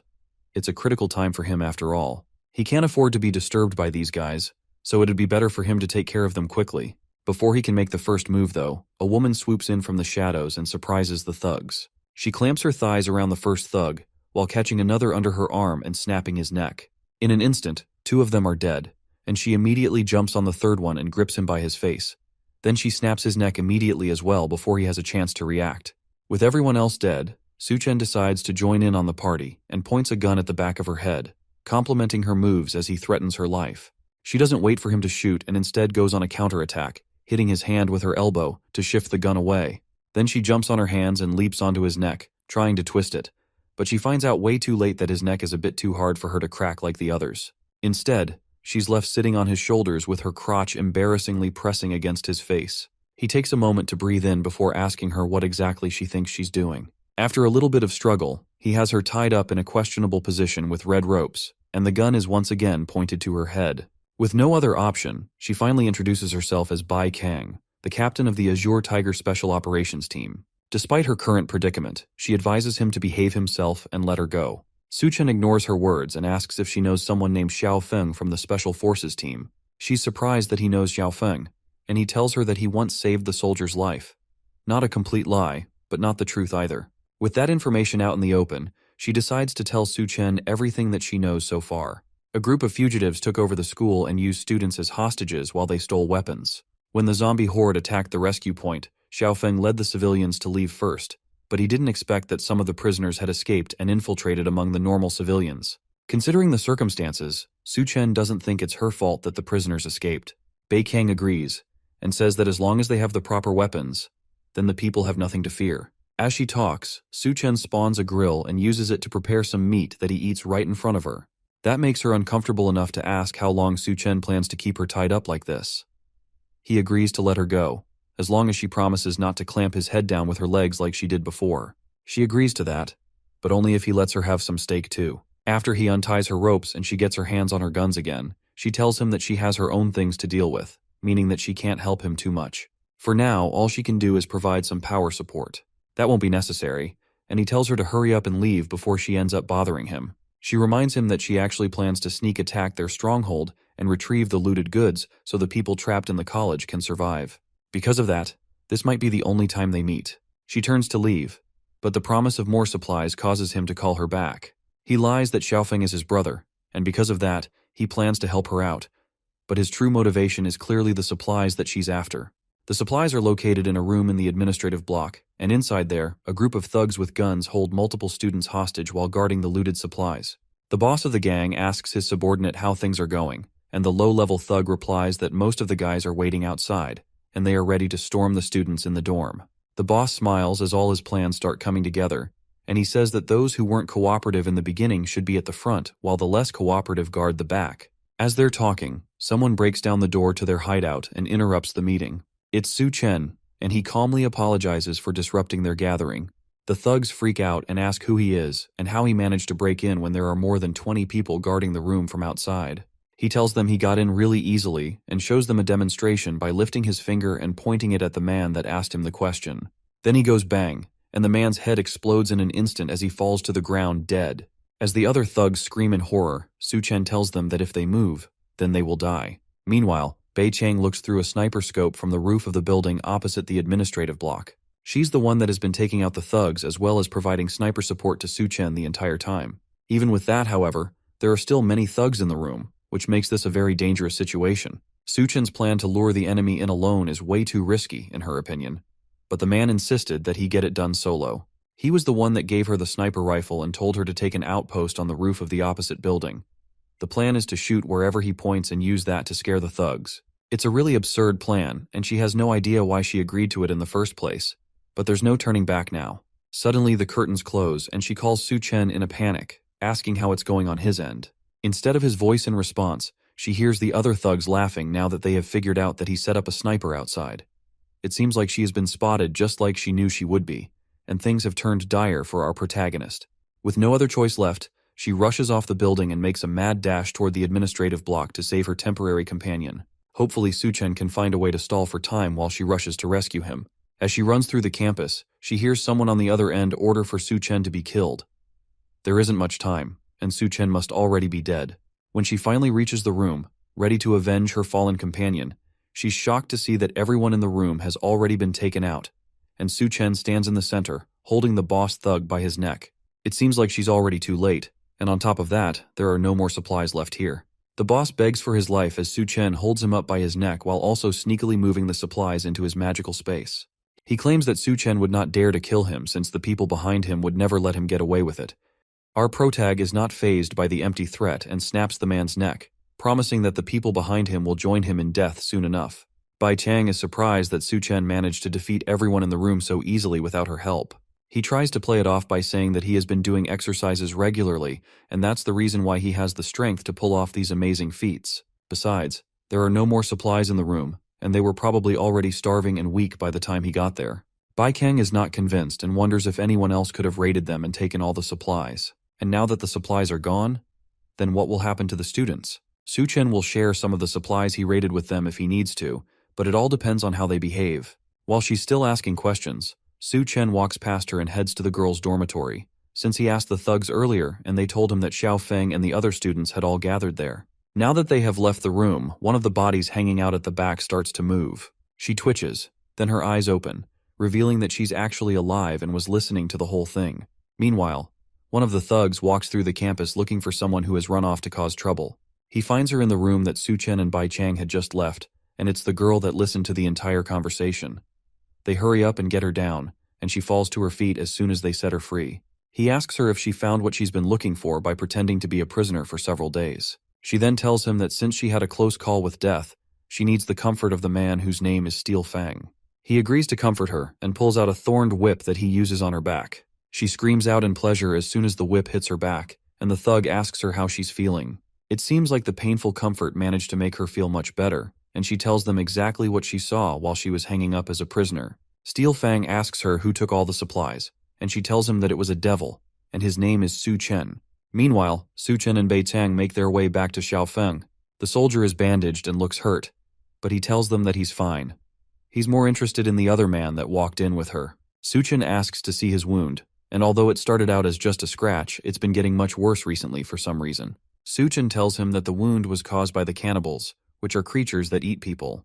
Their nails are full of bacteria and viruses, and without medicine to treat the wound, it could become life-threatening. Now, medicines are rare resources, and they are impossible to find.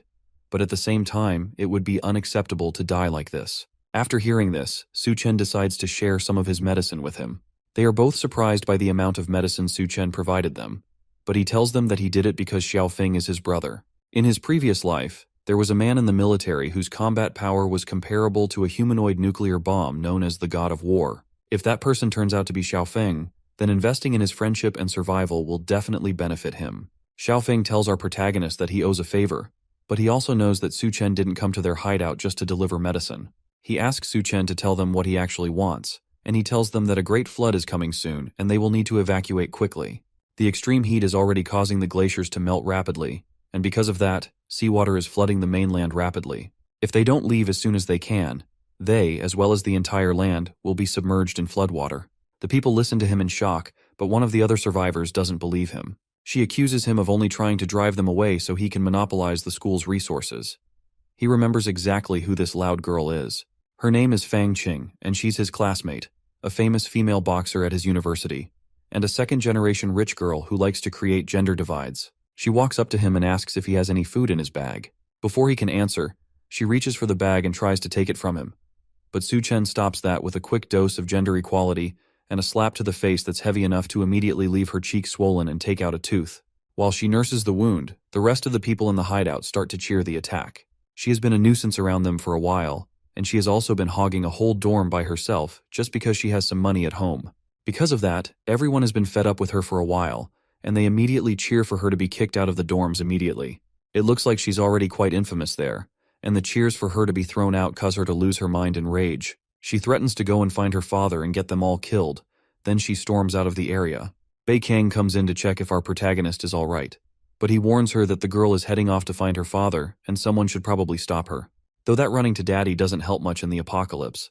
She walks out into the school grounds, ranting about how men in the country are all beneath her, especially Su Chen. None of them can hold a candle to any of the gentlemen abroad. The name Su Chen attracts unwanted attention from one of the men that she says is beneath her. It's the thug from earlier, and he grabs her from behind, then asks her where exactly Su Chen is. The man of the hour walks out of the dorms and towards the exit. Captain Bai can handle the evacuation while he goes on to find what really brought him to the campus in the first place. The most important thing is to wait for the Golden King snake to mutate so he can harvest the crystal from it. Maybe he'll even get its ability to manipulate water. As he walks through the courtyard, a girl's voice calls out to him, begging him to save her. He turns and sees Fang Qing tied up and hanging off the ground. Behind her, there's a man laughing while standing on the truck that's holding her off the ground. Su Chen jokingly asks her if she managed to find her dad, while she still begs for his help. The man on the truck introduces himself as someone from the Federal Bureau of Evolution, and he's here to get back at Su Chen for snatching up his supplies. For their meeting today, he has prepared a truckload of surprises. He opens up the back of the truck, and it's filled with a small army of drought demons who all swarm out and surround him. Inside, the soldiers and the civilians hear the cry of all drought demons that have just been released. They know that the sound is coming from the direction Su Chen left in, and that means their new companion could be in danger. Bei Chang tells Xiaofeng to stay put and guard the civilians while she goes and checks up on the situation, but he refuses. This time, he won't let her go off on her own again. Meanwhile, back with Su Chen, the thug asks if the loud girl with the still swollen face is his classmate. If that's the case, then this is his opportunity to be a hero and save the beauty. All he has to do is kneel down and beg, and the girl will be let go. Su Chen takes a moment to think about the offer, and the snobby girl yells at him to hurry up and kneel down to save her. It's not impossible, but there's just one problem. Fang Qing doesn't even wait for him to say what the problem is, and starts desperately asking why he won't be able to save her. He just said he will save her after all, and it won't be impossible. How could he go back on his word when he's a man? Su Chen tells her that he is definitely a man, but he's not worthy of saving her. Instead of him saving her, he can help her contact those foreign gentlemen she keeps boasting about to see if they're willing to save her. That explains why he's so reluctant to help her. It's because she called him inferior, so he's taking revenge on her by doing this. Well, if he thinks that she'll apologize and beg him to save her, then he is completely wrong. According to her, she doesn't even need him to save her. Su Chen laughs and points out the huge horde of zombies rushing towards her from behind the truck. Hopefully she won't regret her own words in a moment. Fang Qing nervously glances at the zombies that she forgot about in her anger. In her last moments, as the zombies gripped her legs, she screamed for help and begged for Su Chen to save her. It seems like she was wrong after all. As the zombies tear her apart, she screams at the top of her lungs for him to save her, but it's already too late. After the screams die down, the Bureau of Evolution officer laughs at how insane the situation was. It seems like Su-chen truly is a terrible person who can't even help another in a dire situation. But that's alright since he'll be joining her soon. Then he tells our protagonist that he will now show off the technology of the Federal Bureau of Evolution. He pulls out a jar of powder and rubs it on his face. All he has to do is apply this powder to himself, and monsters will obediently listen to anything he says. That's because the powder is actually the ashes of dead drought demons. Once anyone applies it to themselves, that makes the zombies think that that person is one of them. That causes the man to pause and take a look at the bowl in his hands in fear. It seems like he didn't even know that he had been rubbing his face in monster ashes. The man rushes to spit out any powder that might have gotten in his mouth, and he's disgusted by the thought that he had been rubbing monster powder on his body the entire time. Now he's mad, and he orders the monsters to tear him to shreds. They growl and rush at him with their claws out and their teeth bared. Su-chen wastes no time and summons a pair of katana from his personal storage, then rushes through the crowd of zombies, slicing them all into bits in less than a second. He finishes them off so fast that he's standing right in front of the truck before the man is even done coughing. The bureau official turns around and sees his opponent casually staring up at him, looking completely unbothered. There were still several zombies swarming him from behind, and his two soldier allies arrived just in time to see him about to be surrounded. The bureau official orders the zombies to attack again, but none of the zombies move. Su-chen pats the dust off his shirt and tells the man not to bother shouting. It's pointless since no matter how much he screams his lungs off, the zombies won't do anything. The man from the bureau asks what he means by that, and his questions are answered as all the zombies spontaneously fall to pieces behind him all at once. The man has no idea how that was even possible. Su-chen doesn't answer him and instead uses his power to teleport behind the man and grabs him by the neck. He never wanted anything to do with the Federal Bureau of Evolution, so he asks who exactly ordered the man to come and kill him. If he doesn't give up his master, then Su-chen has no reason to spare his worthless life. Our protagonist pulls on the man's metal mask while smirking down at him. The man starts to scream as the pressure becomes too much for him to take, and in an instant, Su-chen rips his head right off of his shoulders, with the bottom still connected to his spinal cord. Beikang is shocked that he resolved the seemingly impossible situation in an instant. It's similar to before, and this sort of power is not something that can be achieved through training alone. This guy must be some kind of monster. Su-chen is more frustrated by the fact that he had to use so much force against these small fries. From now on, he's going to have to show more restraint against people before things get troublesome for him. If only he had a capable assistant that he could work with, then everything would be easier. Meanwhile, back at the hotel, Duanya is startled awake by a sudden dream. Once again, she had a dream about Su-chen, and she can't seem to get him out of her mind. Why hasn't he returned to her yet? A loud voice comes from outside the room, and she jumps in fear for a moment. Then she remembers Su-chen's words about who he needs close to him. Whoever he keeps by his side must be useful to him, and if they are useless, then he will not take care of them. The remainder of Su-chen's words motivates Duanya to pick up a gun from the cupboard and face her fears head-on. She's determined to become his right-hand man no matter what, and to do that, she needs to be able to take care of herself.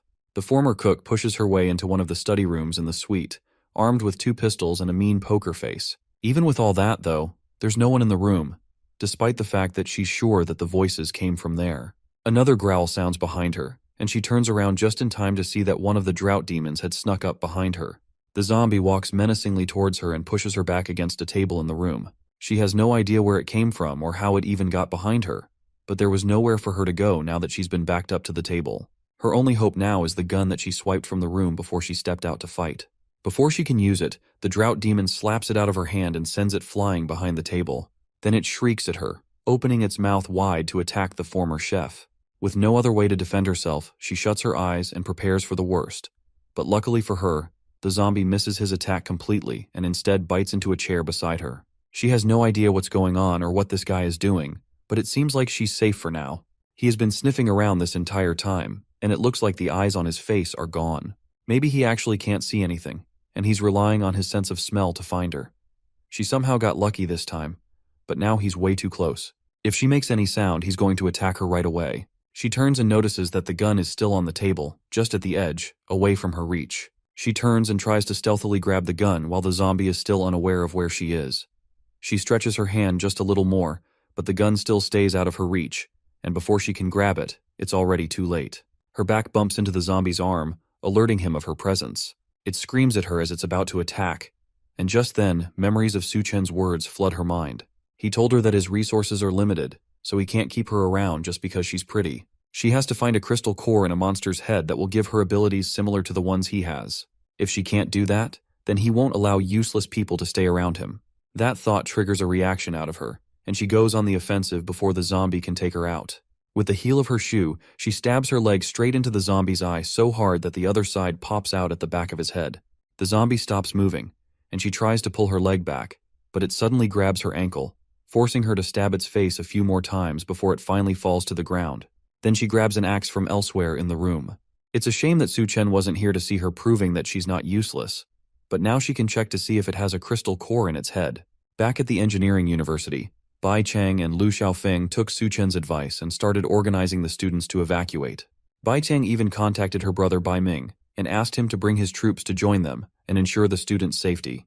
With that taken care of, Su-Chen returns to the snake in the school's reptile laboratory and continues to pay special attention to it.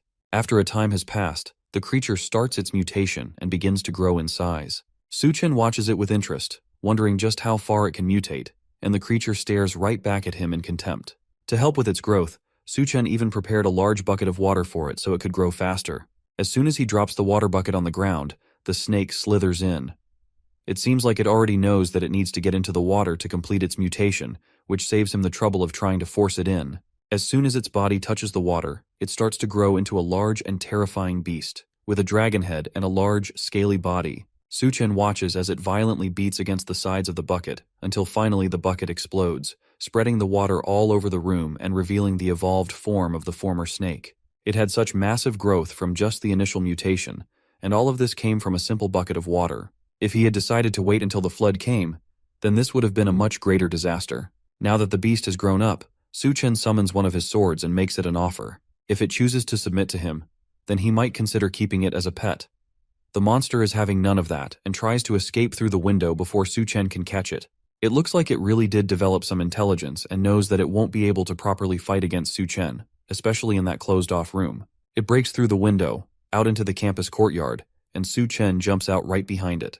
Then it tries to slither away and save itself, but it's not even close to fast enough to escape the sword of our protagonist. Su-Chen drops from the sky and stabs the sword onto the creature's scaly skin, but to his surprise, the sword snaps in half. It looks like the scales are much harder than he thought.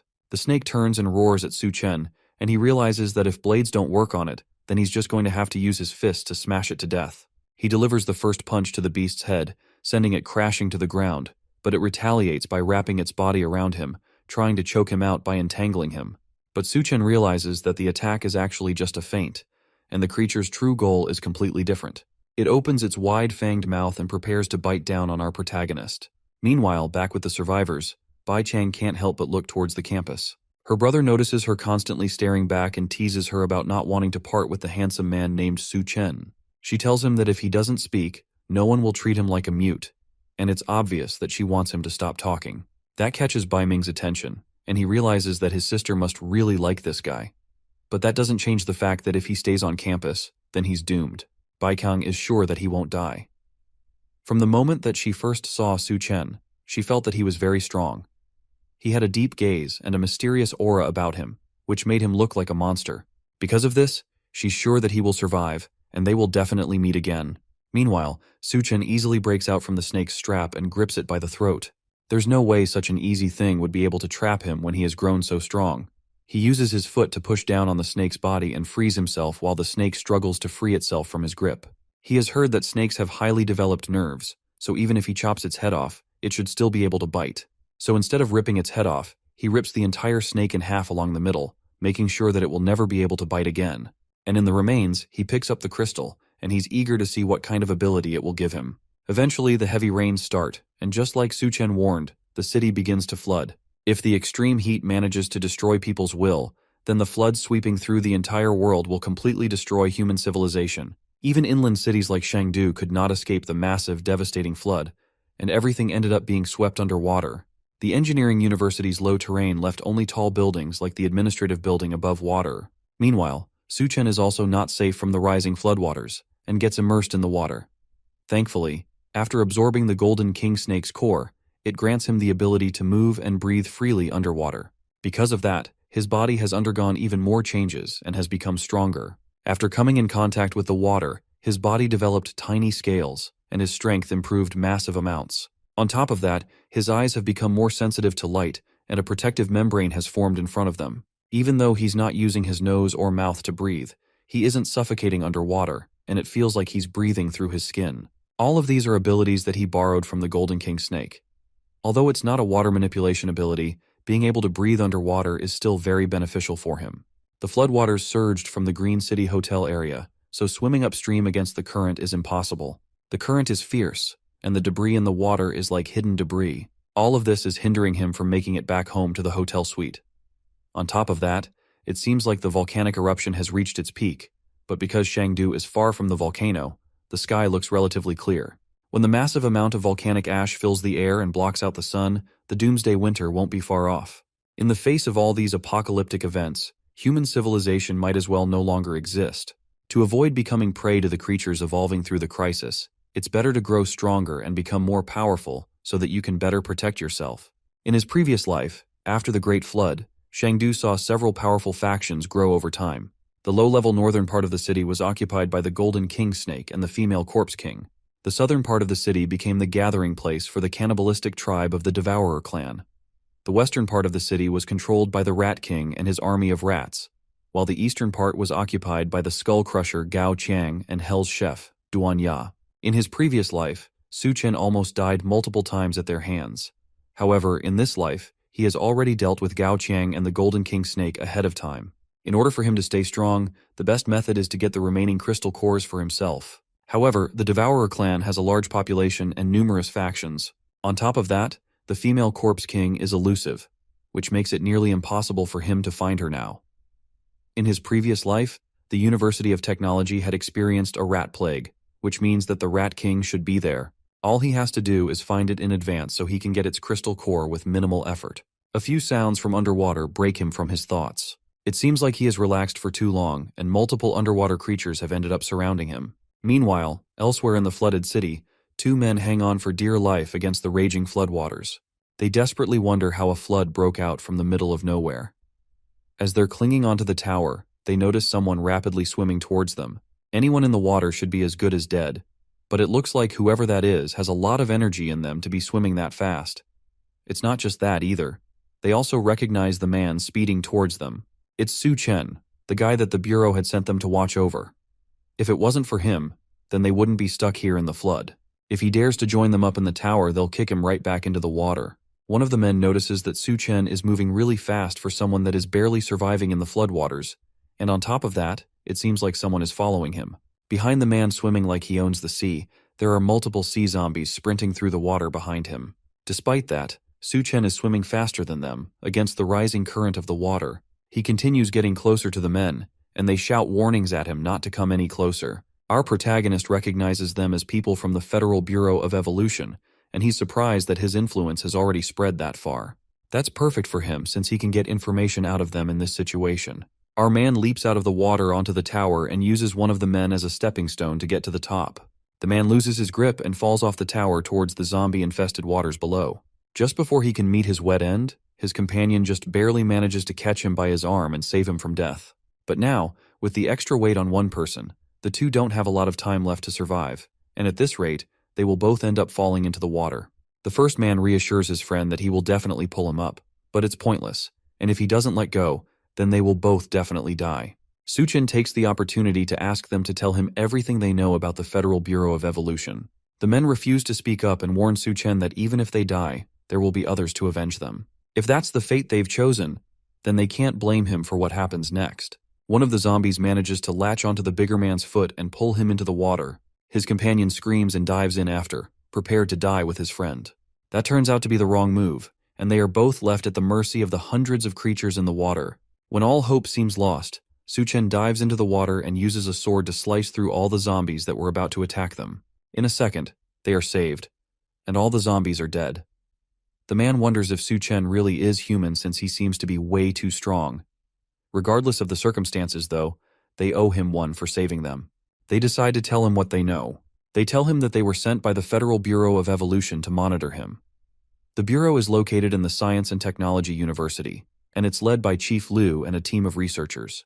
They were just doing what they were told and following orders that came from above them. In Su Chen's last life, The rat disaster happened at the Science and Technology University, and it seems like there is a connection between the rat disaster and the Federal Bureau of Evolution.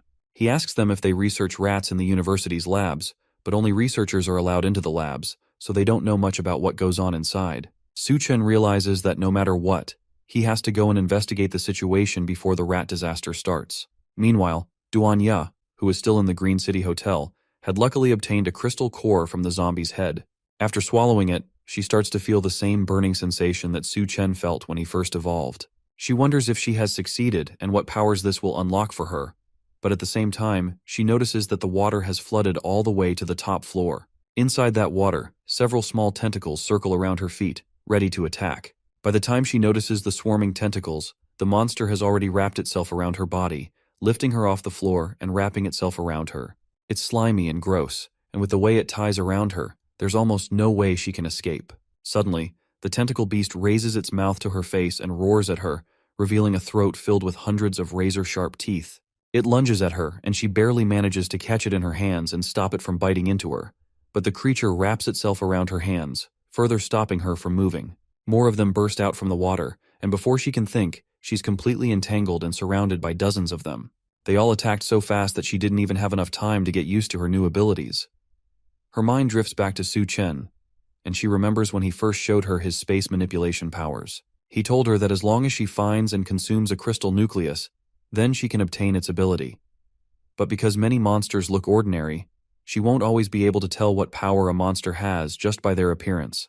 The best way for her to figure out her ability when she doesn't know what it is would be to feel it in her body and in the environment. Once she gains new abilities, she will be able to feel every change and then try to master and control it. She focuses on the environment, and eventually she's able to feel the change in her body. She can see the little brains of the monsters that are attacking her, and she uses her new power to yell out a command, forcing them to stop moving.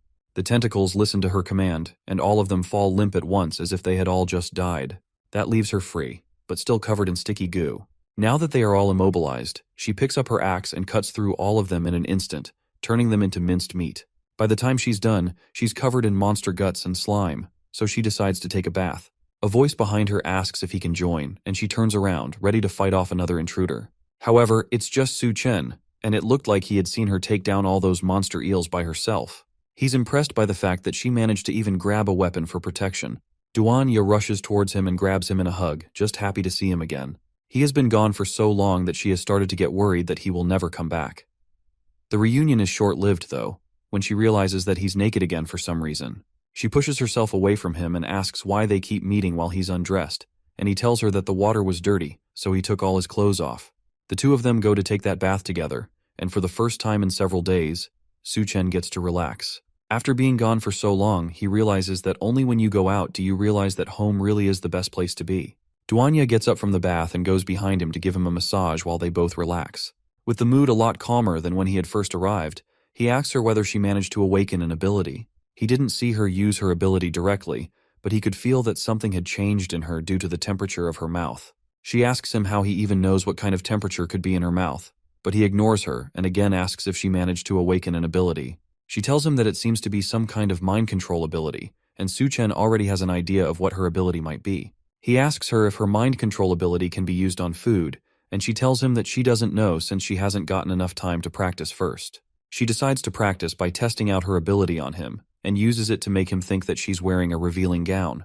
But she immediately notices that Su-chen has immense mental power. If it weren't for Su-chen's consent, then she might have collapsed as soon as she tried to influence him. Regardless of his abilities, he's still impressed by her ability. It's a good one, and as a reward, he'll make her practice more until her legs grow weak. She laughs as the two have fun all through the night. By the next morning, Su-chen teaches her how to hold and use a gun, and they both use it to take out the remaining tentacle monsters. He tells her to focus her mind and control it with her thoughts. Then all she has to do is set her aim and fire. Duanya appreciates the lesson, but she also remembers that they plan to go to the University of Technology, so she's confused as to why he's suddenly teaching her how to shoot. He tells her that he's giving her half a day to familiarize herself with her abilities and her shooting skills. Since she's from the medical university, then for this next adventure, she will follow him and show her usefulness. The couple travel through the floodwaters in a speedboat.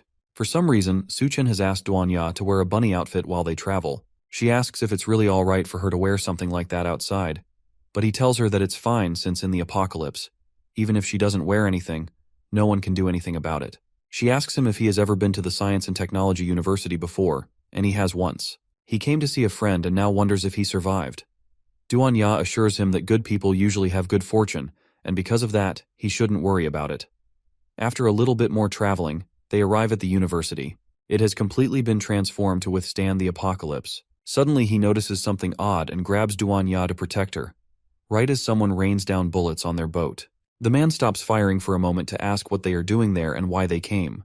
This is the Science and Technology University where the mutant Rat King rose last time. He can't tell them that he's here to investigate that, so instead, he lies that he came to join the Federal Bureau of Evolution. The man doesn't care, and he's more interested in the bunny girl with him. He offers to open the gate for her if she spends the night with him, and Su Chen goes home. So they pull out their trump card and offer up some braised pork in exchange for him opening the gate for them. The sight of the food changes his attitude immediately, and he orders the others to open the gate as fast as they can since he hasn't seen meat in ages. They park the boat by the side, and the guard orders that they give him the pork as soon as they get off. He orders his partner to take them inside while he takes the food for himself. While they argue, he doesn't notice the devious smirk on both Su Chen and Duanya's faces. He selfishly takes the pork for himself, not realizing that he's eating an entire monster's hand that has been charmed by Duanya's power. Thanks to the fake pork that they give him, he agrees to let them in and send Su Chen to the lab later. The other guard has a much friendlier attitude and leads them to the main base, where other people lay looking tired and hungry. The lower levels are for the elderly, the children, and some lowlifes, so he offers to take them upstairs to find a clean room. As they're talking, a kid walks up to them, and she seems to not be able to walk properly. She apologizes and tells them that she's just feeling a little bit dizzy. Duanya notices that she looks weak from hunger and asks her where her parents are. She tells the bunny girl that they went to find food and haven't been back since, so Duanya offers her a piece of bread to hold her off for now. The kid initially doesn't accept it because she's worried that her bunny sister will go hungry if she takes part of her food. Duanya tries to assure her that she won't be hungry if she accepts just a single piece of bread, but the kid still doesn't believe her. So Su Chen shows off one of the banquet tables of food and promises that as long as she's his woman, then she will never grow hungry. The kid is impressed and offers to be his woman as well, but Duan shoves a slice of bread in her mouth to keep her shut and stop her from saying unnecessary things. The smell of food attracts some thugs towards them, and they kick the lowlifes away to reach the banquet of food. Hoarding food is against the rules in this makeshift society, and all materials must be handed over first in exchange for contribution points. The angry men scare the young girl, and she clings to Duanya for comfort. She tells the girl not to be afraid, and tells her that she will try to talk to them. Then she looks to Su Chen for confirmation before getting up to summon another banquet table of food for the men to eat. Her eyes glow with malicious intent as she tells them to eat the meal to their heart's content. Clearly something is wrong with the food, but it looks so delicious that the men cannot resist. They all push each other to be the first to get a taste of the meat, and the food is so good that they almost cry tears of joy. Because of this, they tell Duanya that they will reward her later for bringing them all this good food. But they won't let Su Chen go off so easily. He is a newcomer who broke the rules, so they have to punish him, and they decide to do so by bringing out two people who look feral. The punishment is a life-or-death duel where he has to kill the two people or be killed by them. Su Chen recognizes them as the two brothers he met on the tower while swimming through the city. The girl also recognizes them as her brothers who went out looking for food and never came back. She starts crying and angrily yells for the men to let her go, but Duanya holds her back from charging at them recklessly. Because of Su Chen's intervention, the men failed their last mission and couldn't come up with enough contribution points to aid their society. So because of that, they've been sentenced to death. However, killing them just like that would be a waste, so they drugged them and kept them around for fun. Since both Su Chen and the girl know the brothers, the thugs come up with a new rule. If our protagonist loses, then they will throw the two brothers into the river along with their little sister. The two brothers seem to be in some sort of frenzied state, probably caused by some sort of drug. They've been bound by heavy chains and collars around their necks, and it looks like they don't even recognize him. The thugs yell for them to start fighting, and they release the brothers from their chains, sending them charging straight at Su Chen, ready to attack. The fight ends as soon as it starts, as Su Chen knocks them both out with a slap to the first man's face and a chop to the other man's neck. They drop to the floor immediately, and the little girl tries to rush to them thinking they're dead, but Duanya holds her back and reassures her that they are fine. The thugs, however, are not so pleased that the fight ended so quickly. They wanted more of a spectacle, especially after they had wasted 2 doses of their special medicine. He decides to forget about it and continues to threaten Su Chen, telling our protagonist that since they are in a good mood, if he drops all his supplies, Then they'll pretend that this incident never happened. Suchen asks why exactly he should give up his supplies, and they tell him that he must be new there. Anyone entering the Science and Technology University must follow the boss's rules to keep things in order and weed off any freeloaders. They don't support freeloaders in their camp, and if he wants to stay there, then he needs to earn contribution points by handing over resources or finding supplies. In this camp, contribution points must be similar to what money used to be, and just like in the real world, it only benefits those who make the rules. Suchen agrees to their terms and tells them that their last bit of food has already been eaten by them, so they don't have anything left to give. Then a large man appears and offers Suchen some contribution points in exchange for working for him. The larger man's presence immediately causes the thugs who are acting high and mighty to quiver in fear. They call him Captain Guo, and it looks like he's the leader of the camp. He rides in on a giant chair carried by multiple slaves while a scared-looking woman rests between his legs. He offers them free meals and accommodation along with high salary positions, and all they have to do is make sure to be loyal to him and work hard. As he's talking, one of the slaves trips and falls to the ground. Captain Guo wastes no time and stabs a knife-tipped spear through the fallen slave's chest, killing him immediately. He tells Suchen that they are short on people, and he's just in time to replace the slave that's no longer useful. The bunny girl, especially, can be given unlimited meals and good living accommodations if she decides to work for him. As he talks, he grabs the woman laying against his lap and plays with her body. He reminds them that it's the apocalypse now, and industrial production has ceased. By giving them this offer, he's making a big sacrifice for them. On top of that, he's already bored of the people he's been using so far, and they are due for replacement. The other thugs yell at Suchen to accept the offer immediately. When their great boss needs a new woman, he'll let the others have fun with the old ones. Their boss, however, has other concerns apart from the new workers he needs. He smells something among the thugs and asks them what they have been eating. In their rush to get the food that Duanya gave them earlier, they forgot that eating meat without the boss's permission is a death sentence. They immediately drop to their feet and beg their boss for forgiveness. In the future, they will definitely give him any food they find first. He tells them to stop their groveling and shut up. He's not interested in any food they've been eating, and just the smell of it is killing him. Did they eat poop or something? What in the world did they find that smells so bad? That catches Suchen and Duanya off guard. Did he somehow see through Duanya's mental control? It looks like he wasn't even affected at all by it. The thugs tell him that they ate only the food that Suchen gave them. But with the mental control broken, they immediately realize what they've been eating this entire time. Their stomachs protest the horrible food, and they rush to the bathroom, desperate to push out everything they've been eating. Captain Guo sighs in exasperation and wonders how he ended up surrounded by such idiots. One day, he'll get rid of all of them, and bring in people that are actually reliable. Suchen notices that despite his immunity to Duanya's mental control, he can't sense any abilities from the large boss. Despite that, he gives off a very powerful aura that's noticeable even by him. On top of that, his influence was enough to snap everyone out of Duanya's mental control. He wonders what kind of person Captain Guo is, and just judging by his subordinates, he can't be anything good. Our protagonist is more than strong enough to wipe out the entire camp immediately, but killing them now will only complicate his plans later. First, he needs to find the mutant rats first, then he can take care of the rest. Captain Guo snaps him out of his thoughts and asks our protagonist what he thinks of the slavery offer. Suchen blandly tells the other man that he's not interested, and Captain Guo laughs. He claims that one day Suchen will come begging to him.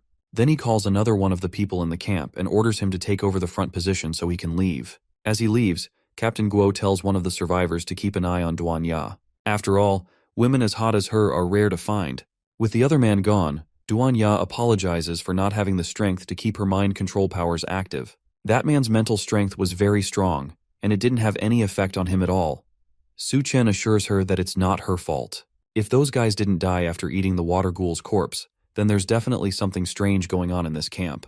They need to be careful going forward and avoid anything that will bring too much attention to them. One of the survivors approaches them as they're having their discussion. He tells them that they have angered the guards, and because of that, they should follow him if they want to be safe. It seems like this survivor knows Suchen, and he introduces himself as Miao Pu Yuan, the roommate of one of Suchen's former friends named Tian Yue. They met the last time he visited the school, before the apocalypse started. He takes them to another building within the university that hasn't yet been destroyed by the raging floodwaters. There, Duanya manages to use the limited supplies to treat the two brothers that were knocked out by Suchen. Though their supplies of medicine weren't abundant, it'll be sufficient for now. Thanks to it, the two brothers are not in immediate danger, and Duanya managed to stabilize their conditions. The little girl thanks her for her help and stays beside her brothers to take care of them. Suchen asks Xiao Miao if all the students are living here now, and he confirms that all the surviving students, regardless of their gender, are taking refuge in the building. Since Tianyue often helps everyone in this place, it is considered the field team's territory. The field team is a strong faction that can even take on the Devourer clan that threatened Suchen earlier. As they're talking, another man comes into the room and asks Suchen if he wants to join their group.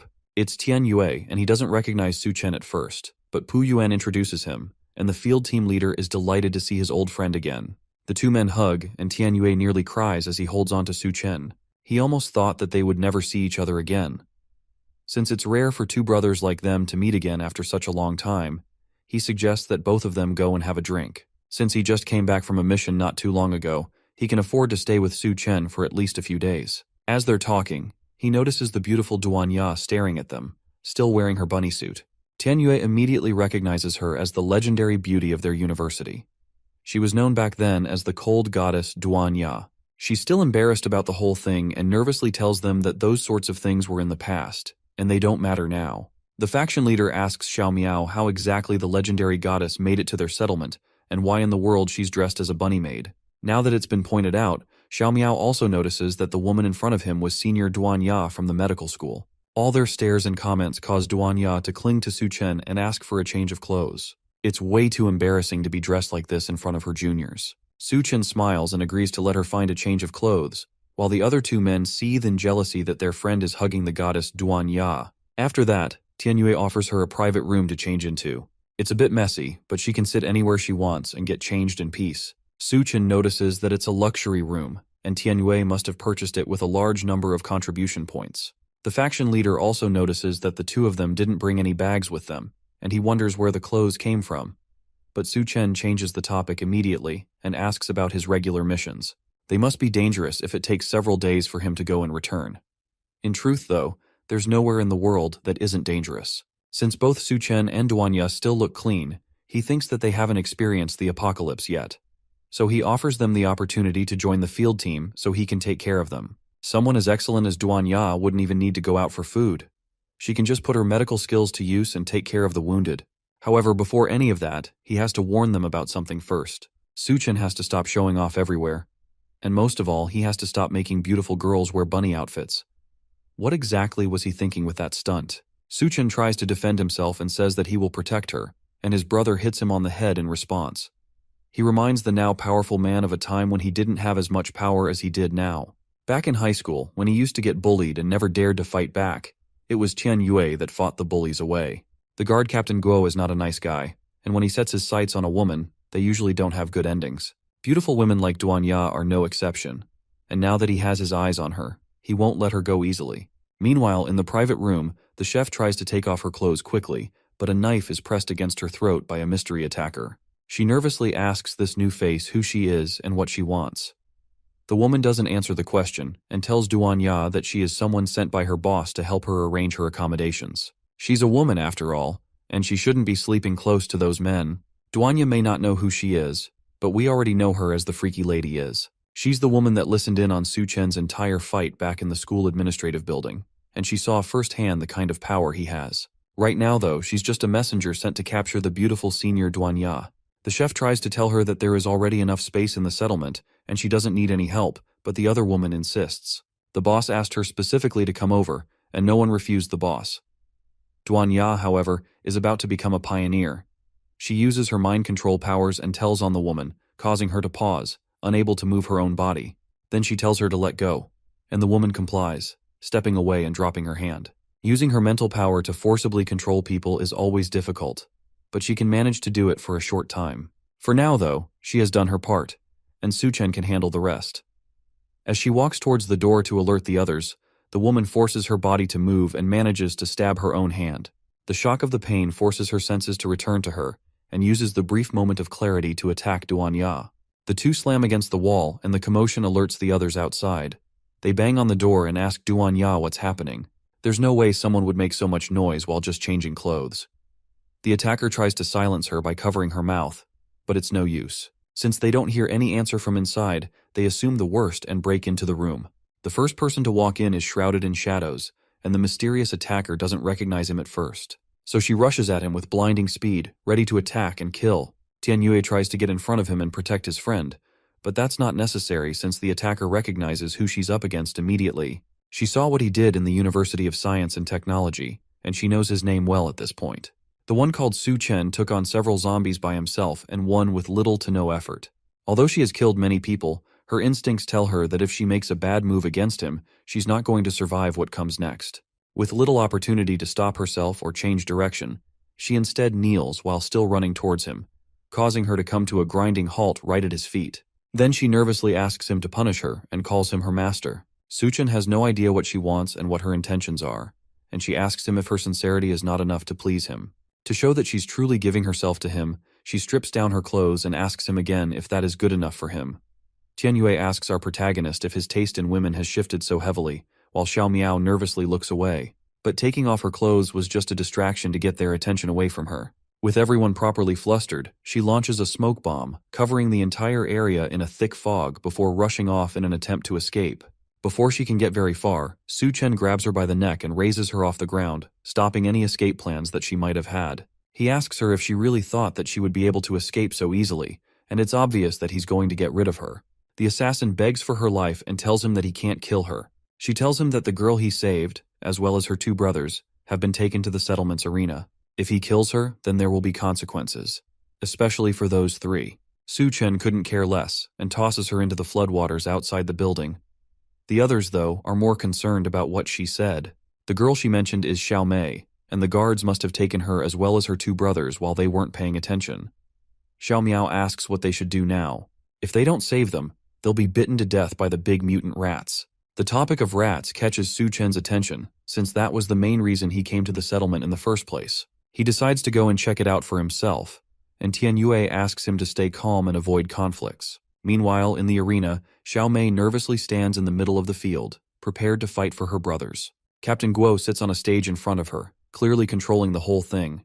He tells her that since her two brothers failed to complete their tasks, then they have been given the death sentence. However, since she is willing to enter the arena and fight, he has decided to give them one more chance at life. The two brothers hang by their necks behind the man, inches away from their deaths. They shakily try to tell Xiao Mei to not believe him and run for her life, but Captain Guo tells them that it's already too late for that now. Xiao Mei, on the other hand, refuses to leave. If there is even a small chance that her brothers will be free, then she will fight with everything she has to get them out of there. She asks the large captain one more time if he will really let them go, and he tells her that he will keep his word only if she manages to survive. Behind her, a cage opens up and a large rat marches towards her. She only has a second to turn towards it before it bites down on her arm, causing her to scream in pain. Then it lifts her off the ground and tosses her around, preparing to eat her. As she fights for her life, memories of her and her brothers swarm through her mind. She remembers a time when they were starving, and one of them managed to find a pile of mushrooms for them to eat. She told them that mushrooms were dangerous, and her other brother decided to test the mushroom by eating it himself. After all, he doesn't want a young girl like Xiao Mei to eat something so uncertain. After eating two of them, he immediately passes out from the poison, and they barely manage to save him.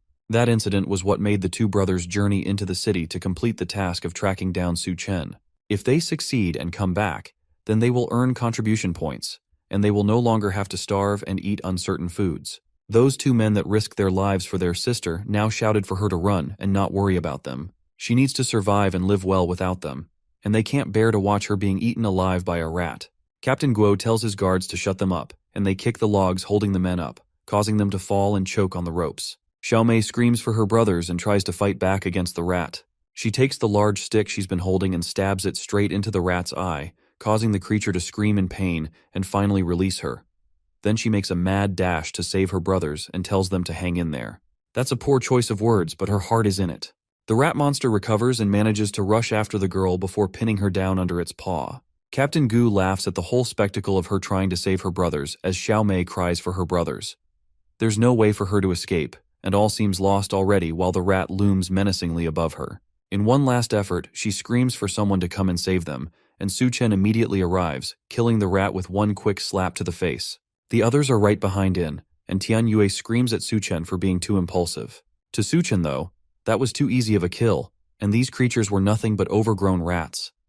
Captain Guo stares at him in shock, but manages to quickly recover. He didn't expect someone to come into his arena willingly, but since it's death that our protagonist wants, then he will happily give it. As he talks, large gates open up around them, and the rats inside scurry over each other to escape. Su-chen stares them down and prepares to take on an army of giant rats with one hand in his pocket. While Su-chen faces off against the rats, Xiao Miao and Tian Yue manage to free the two brothers from their death traps. They thank her for saving them, but the little girl reminds them that it's actually Su-chen that saved them. Meanwhile, in the higher floors overlooking the arena, a soaked assassin watches the match in contempt while standing behind a scientist.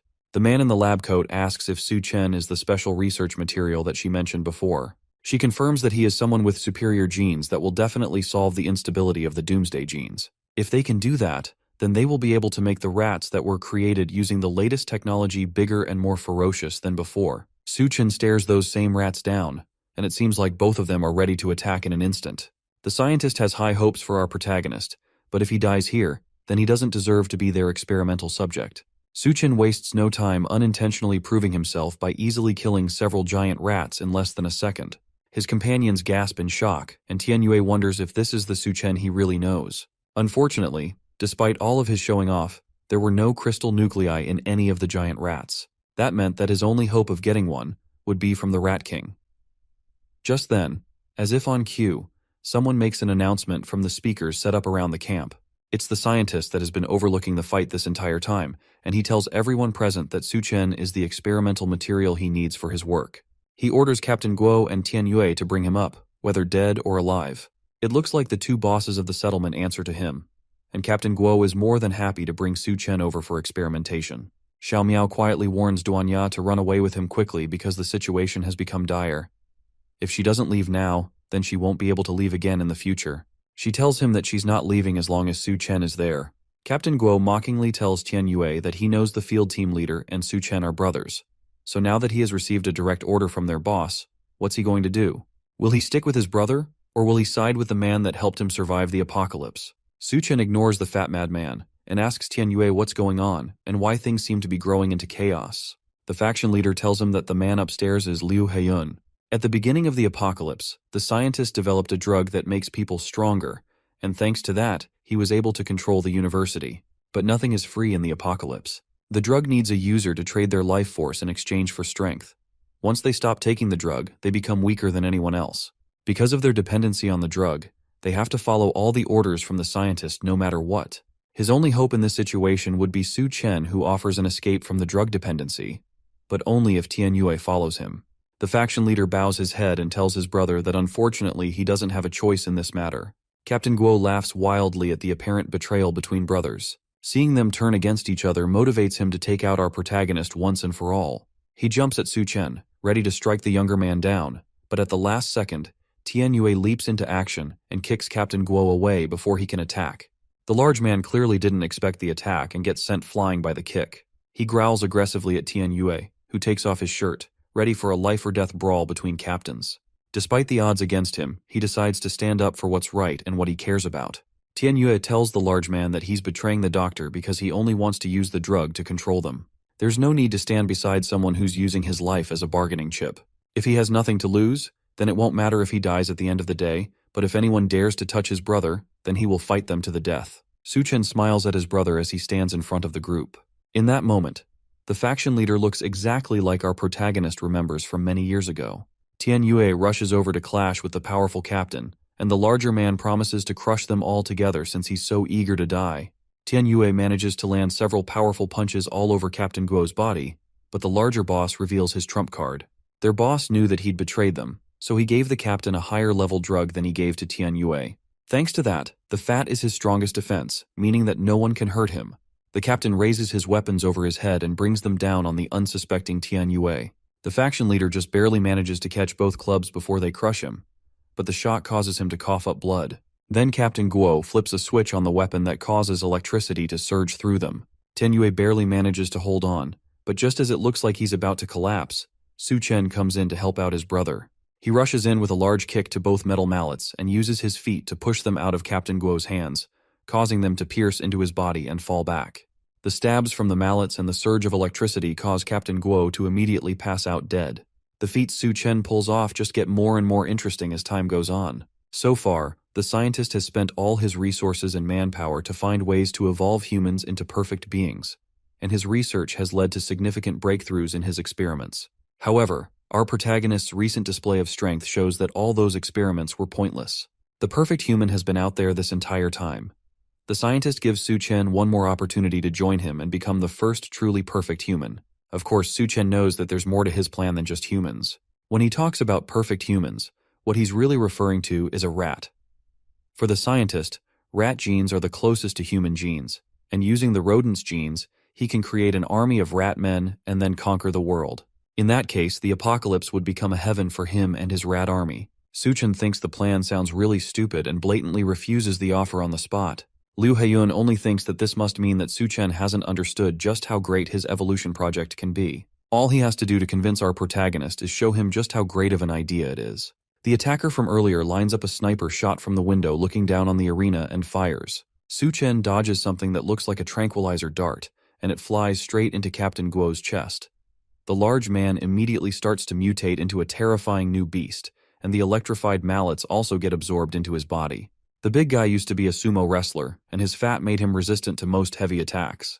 Combining that with the level 3 drug that was just injected into him, his strength has been enhanced, and on top of that, any damage he gets is healed immediately. Su-chen still couldn't care less and sends a flaming middle finger up at the deranged doctor. Nothing about this is great as far as he's concerned. This entire setup is just a huge excuse to turn people into monsters. That insult is the last straw for Liu Heiyun, and he orders the newly mutated Captain Guo to kill Su-chen so that he can extract the genes he needs from the corpse. The monster roars and immediately charges towards Su-chen with a sumo spin. Our protagonist manages to catch the rolling man just in time. Then he plunges his arm into the large man's head and rips out the battery from the electric mallets before stuffing it into Captain Guo's mutated face. The battery immediately explodes, which should be enough damage to kill the large man. However, thanks to his newly improved healing factor, his wounds heal immediately, leaving him horribly disfigured but strong enough to still fight. Su-chen finds the whole thing annoying and rushes back in to end the man and stop the fight all at once. He lands a devastating punch straight to what should be its jaw, causing the man to fall into a crater. Then he increases his speed as he attacks, kicking up a thick layer of dust while also pummeling the mutated man. In the current world, very few people know about superpowers, so it would be best not to let others see how he uses them. Because of that, he uses the dust and dirt to his advantage, which allows him to do whatever he wants while camouflaged. His main issue is the fact that Captain Guo keeps recovering no matter how much damage he takes. Despite how much he is clowned on the whole thing, at the end of the day, Professor Liu Heiyun's research is really impressive. Thankfully, Su-chen's space doesn't just contain supplies. It also contains something big enough to crush the man and make sure that he won't have anything to regenerate from. He opens up his space power and summons his secret weapon, which is several tons of concrete and steel. The large noise startles the onlookers outside, but the huge wall of dust stops them from seeing anything. Once it all clears, Su-chen sits in the center, on top of the piles of cement with the fatty buried underneath all the debris. Liu Heiyun starts to panic after seeing all of that. At this point, he doesn't care who Su-chen is or how special his genes are. All he cares about is the fact that our protagonist dared to provoke him, and now he will do everything to make sure our overpowered main character dies without a proper place for burial. All around him, the cages start to rise as thousands of rats prepare to swarm around them and attack. Su-chen isn't worried at all, and he's in fact excited because he planned to make sure none of them survive either. The others turn and realize that they've been completely surrounded. The rat people who start coming out of the cages are all the people who were once sent to the lab. It looks like Liu Heiyun turned them all into rat men, and now they obey his orders brainlessly. Su-chen can't deal with these small fry since his target is the deranged scientist watching over them. If he doesn't get up there and deal with Liu Heiyun, then the armies of mutant rats will never end. Because of that, he has to leave them temporarily so that he can take out the source. Duanya remembers he once told her that she needs to have value to stay by his side. If she doesn't prove that she can stand on her own here, then there is a chance that he will abandon her. With that, she understands her mission and assures him that she will keep them under control. Even with that, he tells her that if she needs him and can't handle it, then she should call out to him loudly. With Su-chen gone, she immediately takes charge of the situation and steps up to lead the group. There's a lot of rats around them, and she has never controlled so many at once, but in this situation, she has no choice but to do it. With her mind controlling a large number of rats and stopping them, the rest of the group focuses on killing as many of them as possible. Meanwhile, Liu Heiyun continues to watch the carnage from the top floor of his tower. He considers the people fighting with Duanya to be traitors, but it doesn't matter to him since they will become food for the rat men soon enough. Suddenly, his assistants report that Su Chen has taken down the security personnel in the building, and he has broken into the room of someone named Miss Yun. That catches Liu Heiyun's attention immediately, and it looks like that room is very important to him. He takes off his lab coat and orders his assistants to inject the Doomsday gene into him. They warn him that the gene is still unstable, and it's way too risky to take it, but the scientist doesn't care. Right now, he needs to personally deal with Su Chen and make him pay for everything he has dared to do today. Our protagonist walks through Miss Yun's room and looks into several tanks filled with what looked like failed or still developing experiments. All of them have ghoulish dark skin, and they look completely disfigured, but one of the cases catches his eye. Inside it, there's a woman covered in nothing but bandages, floating in the green liquid of the tanks. Unlike the other experiments, it looks like she has not been mutated or tampered with at all. The woman is Yun Yun, the woman from the bar that Su Chen went to before the apocalypse started.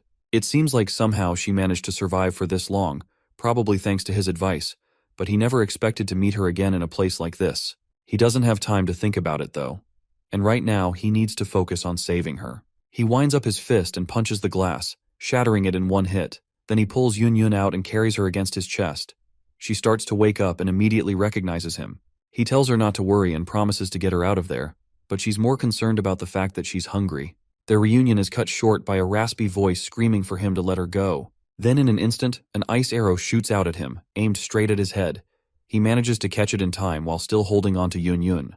Liu Heiyun steps out of the shadows and yells again for him to get his hands off of Yun Yun. According to him, that's the woman he chose, and Su Chen touching her makes him extremely angry. It looks like he somehow gained ice abilities, but they're no match for our protagonist. He snaps the cheap arrow in his hands, causing it to fall apart. Then he asks Liu Heiyun if he chooses women as if he's shopping for merchandise. He can't just decide to own someone out of nowhere and then decide to keep them without consent. The scientist tells him that they are in the apocalypse, and in this new world, ordinary people are just ants.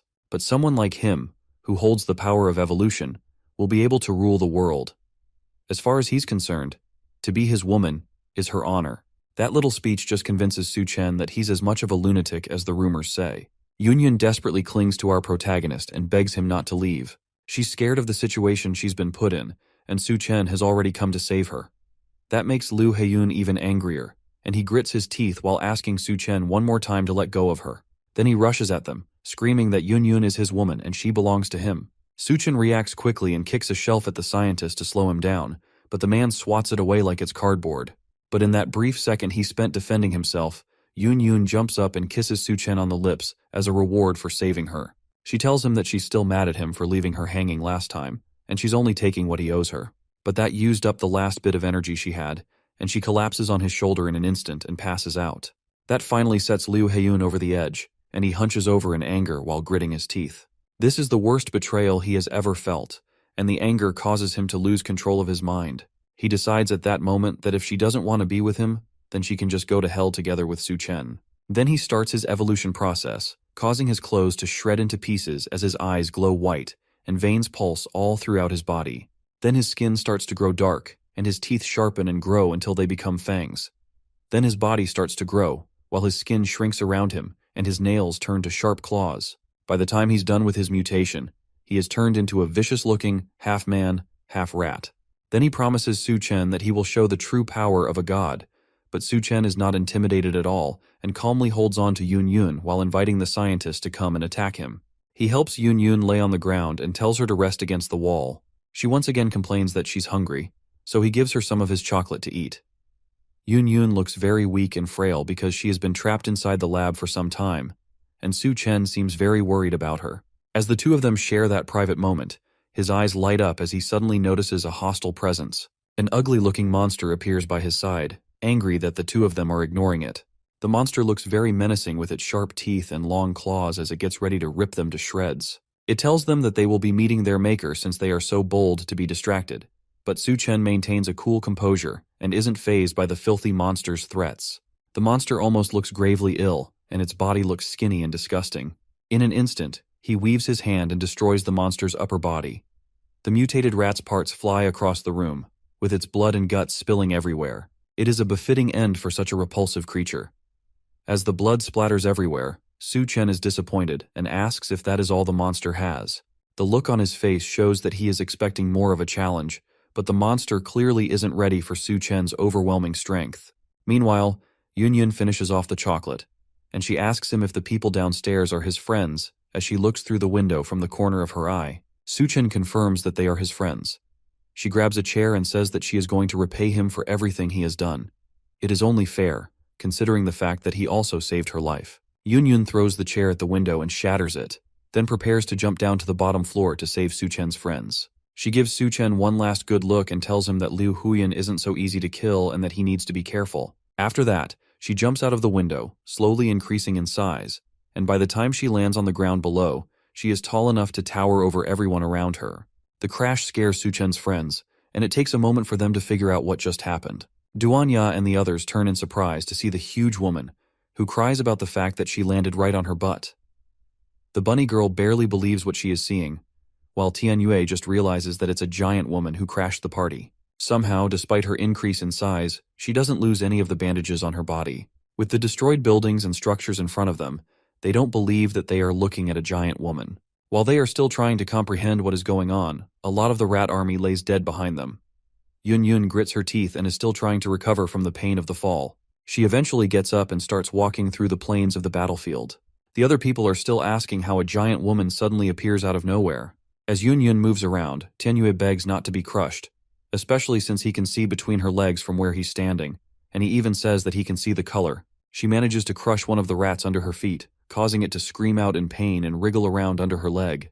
As the rat tries to escape from the giant woman's foot, Yun finally starts to realize just what exactly her new companions have been fighting against. She raises her foot to get a closer look, while the other rats gaze at her from below. The rats all look scared of the ominous aura that Yun gives off. Before she fully realizes that they are rats, they all start spilling out from the buildings and sprinting toward her. All of them are eager to avenge their fallen comrade, and they race through the now empty battlefield, grabbing anyone they can get their hands on as they make their spring. Some people try to run away, but only a few can escape, while the others are caught in the creature's paths before they get turned into rat food. As Yun realizes that she's fighting against giant rats, she starts to panic. She cries and asks for help because she can't stand the monsters. Everyone else starts to run away from her because she begins stomping the ground, which means that she might accidentally kill both rats and humans in her panic. The shockwaves from her stomps make them all run for their lives. She keeps yelling at the creatures to get away from her, while the other humans try to calm her down before she stomps them to death. Most of them give up on calming her down and try to get away. Su Chen watches the chaos as he marvels at Yun's insanely powerful ability. Unknown to him, as he stares out the window, the rats in the room begin morphing and coming back to life. He quickly turns his head and sees the creatures rushing toward him, but he knows that he can take them out. Su Chen doesn't resist as the rats swarm and climb all over his body. He acknowledges that Liu Huyan really isn't that easy to kill. Then he allows himself to get engulfed by the swarm while maintaining a calm demeanor. The rats merge together around him, forming a new body that looks like it belongs to the Rat King. A few seconds later, he is completely swallowed up by them, but not once does he try to save himself. From the depths of the horde, Liu Huyan's hand reaches out like an ominous being that has been brought back from the dead. The large rat emerges with his full body, now turned fully into the Rat King that Su Chen has been trying to find. He laughs and says that his body is practically immortal, mocking Su Chen's futile efforts at trying to defeat him. Now that the main thorn in his side has been taken care of, it's time for him to start taking over the world. The rest of the fighters below are shocked when the rats suddenly stop attacking. They all just stand like mindless figures, as if their minds have all been connected to a hive, and they are awaiting their next orders. Duanya and her companions wonder why the rats have suddenly stopped. With the rats all in sync, they gaze up to the top of the building, where their leader stands like a cartoon villain trying to take over the world. There at the top, Liu Huyan revels in his glory. He stands and smiles with his gross-looking body, feeling like he has won and there is no hope for his enemies. His eyes glimmer, and he has an overly confident look on his face. The other fighters recognize him as the king of the rats. They start to panic as they look at the sinister creature. All the rats kneel in unison, pledging their allegiance to their leader and honoring the one who makes their existence possible. The bunny girl and her companions are surprised that the rats are even intelligent enough to perform such actions.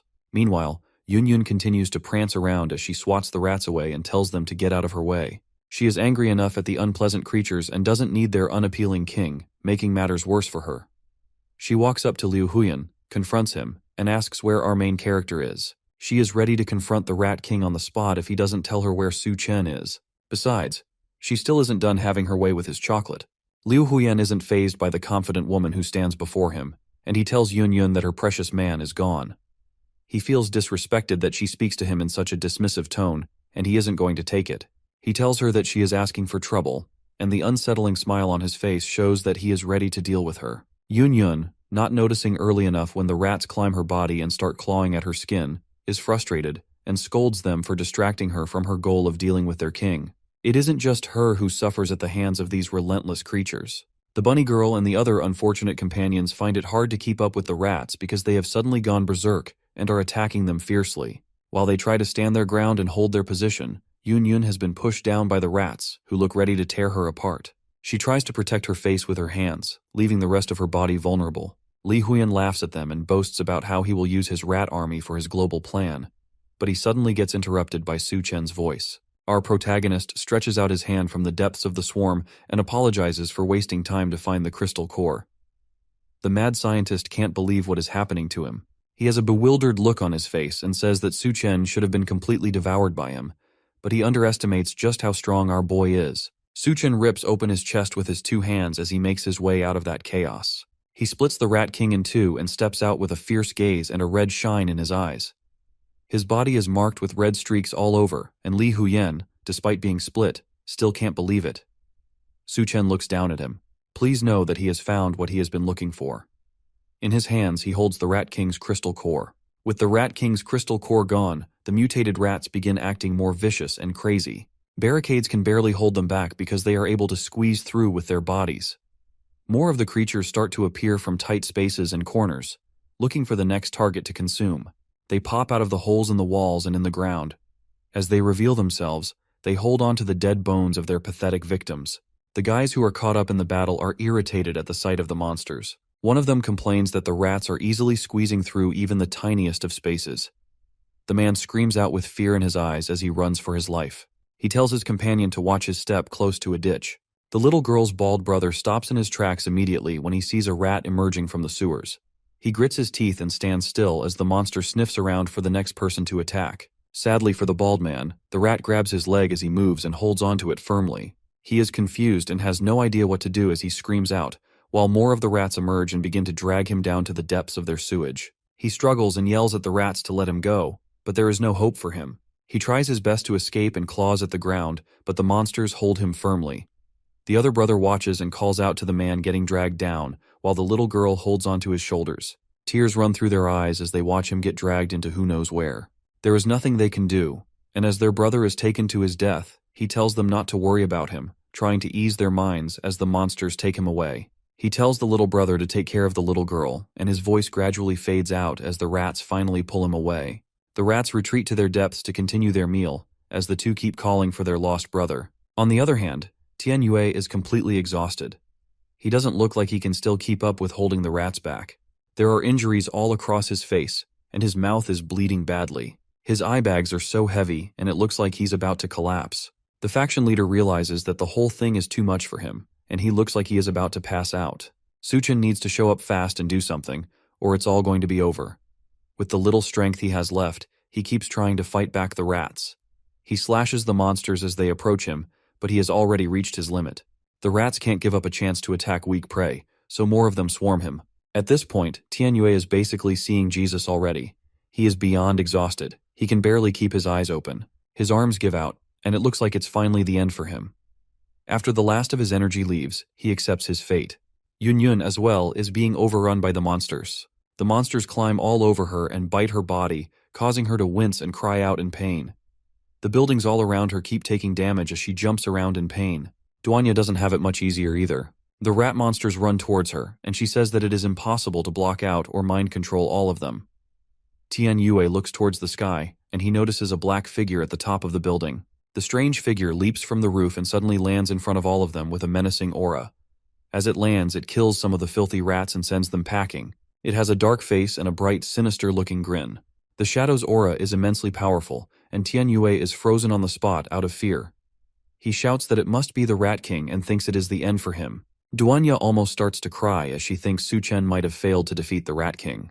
It's almost impossible to believe that he somehow failed his mission despite how powerful he is. The monster then speaks to them and tells them not to be afraid. The former chef can tell that the voice belongs to Su Chen, and she is able to calm down for a bit. The dark aura around him clears from his face, and it reveals that it really is our protagonist. Despite their fears, he managed to take down the Rat King and absorb his power. Although the remaining consciousness in the crystal core wants to devour him, thanks to his sharp mental strength, he is managing to hold it back. When in a tough situation, he isn't going to lose a battle of mental strength. He has a wicked smile on his face as the shadow slowly fades away from his body. Tianyue is glad to finally see his brother again. Su Chen thanks the faction leader for all the hard work he has done and how he managed to hold back the horde until the Rat King was defeated. Just as the shadow fades from his body, the mutated rats all fix their eyes on him. Now that a new threat has joined the party, they look eager to feast. They all rush towards him from behind, hoping to catch him off guard and overwhelm him, and Tianyue warns him to be careful as he sees the monsters rushing towards him. Nevertheless, Su Chen is unfazed and slightly turns his head to tell the monsters to get lost, with a devilish glare in his eyes. The rats stop in their tracks instantly, and the anger in Su Chen's gaze causes them all to scurry away. They turn to run, clearly terrified of going up against our man, and all of them look like they have just seen a ghost. The barriers that are meant to hold back the mutated rats end up being their escape route, as they squeeze their bodies to get through the little holes. The others escape through their underground tunnels, and the rest go through the vents. The rest of the human survivors can't believe their eyes. They wonder what has caused the rats to suddenly get scared and run away. Now, with the battle over, it seems like they just barely made it through the whole ordeal. Even though Su Chen isn't the Rat King, the remaining power of the crystal core is enough to intimidate the Ratmen into retreating. If he hadn't made it back in time, they would have just kept on coming out of every corner and attacking them. But there's no time to celebrate just yet. Tianyue starts to cough violently now that his body is going through withdrawals from the scientist's drug.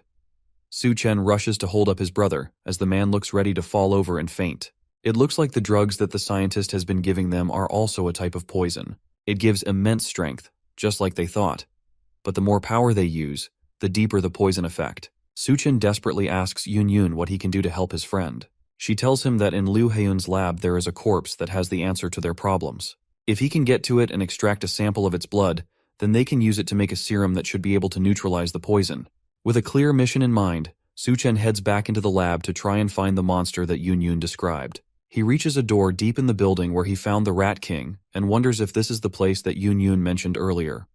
As soon as he gets there, he notices that there is a strong, oppressing aura oozing from behind the door. Something unnatural is behind that door, and he can feel it just from outside. With no other options, he opens the door, allowing what seems to be stale, frozen air that is in the lab to leak outside. He notices that walking into the room feels like stepping into a black hole. As he walks in, he seems to pass through a thin barrier blocking the entrance of the lab. He breaks through it, but can't believe the feeling that it gives him. To him, it feels like he has passed through a wall of pure mental power. He analyzes his body to see if anything has changed, but there is none. He glances ahead and becomes confused about who he is staring at. From what Yun told him, there are supposed to be only corpses in the lab. But instead of a rotting corpse, he sees a lady sitting and working on the computer in front of her. From how she greets him, it's almost like she expected him to come and meet her. The lady turns and refers to him as her classmate Liu. Su Chen is confused as to why she is calling him Liu. She must be mistaken. After all, he looks nothing like that madman. He turns to look at himself in the reflection of one of the lab machines, but he sees that he really does look like Liu Heiyun. He immediately realizes that this must be some sort of illusion, and he has to wake up quickly. For now, though, all he can do is play along with the trick. He greets the older woman, calling her Professor Xiao, and she invites him to come and take a seat. Su Chen assumes that he has entered Liu Heiyun's memories as well, since he seems to be reliving his past experiences. Xiao then takes off her jacket, and he asks her what she is doing. She tells him that the lab is really stuffy and she needs to cool off. On the table beside them is a crab that is being experimented on. Liu explains to her that a common parasite is found in these crabs. She confirms it and says that it is a strange creature that uses its host to protect itself while coexisting with it at the same time. It's a parasitic organism called a succulina, and that's what both of them are trying to research with the crab. Or at least they were supposed to be doing that until Professor Xiao gets a better idea. As they look closer, Xiao asks if he finds the creature interesting as she rests against his back and starts feeling his chest. Liu is trying his best to keep his cool composure. She isn't making it easy for him at all, considering how revealing her clothes are. She continues to rub his chest, making him more nervous as well. The moment gets more heated when she leans in on him and says that she doesn't expect him to be so knowledgeable and also have a good physique as well. Liu gives a sly smile and looks like he is ready to make the best out of his current situation. He turns his seat around and Xiao sits on his lap, almost looking like she's trying to push him down. He tells her that she must have dressed so provocatively to try and influence him, and he's not one to look past an opportunity with a beautiful woman. She says that she prefers to practice some chemistry with him rather than work on the experiment, and the moment gets especially heated between the two.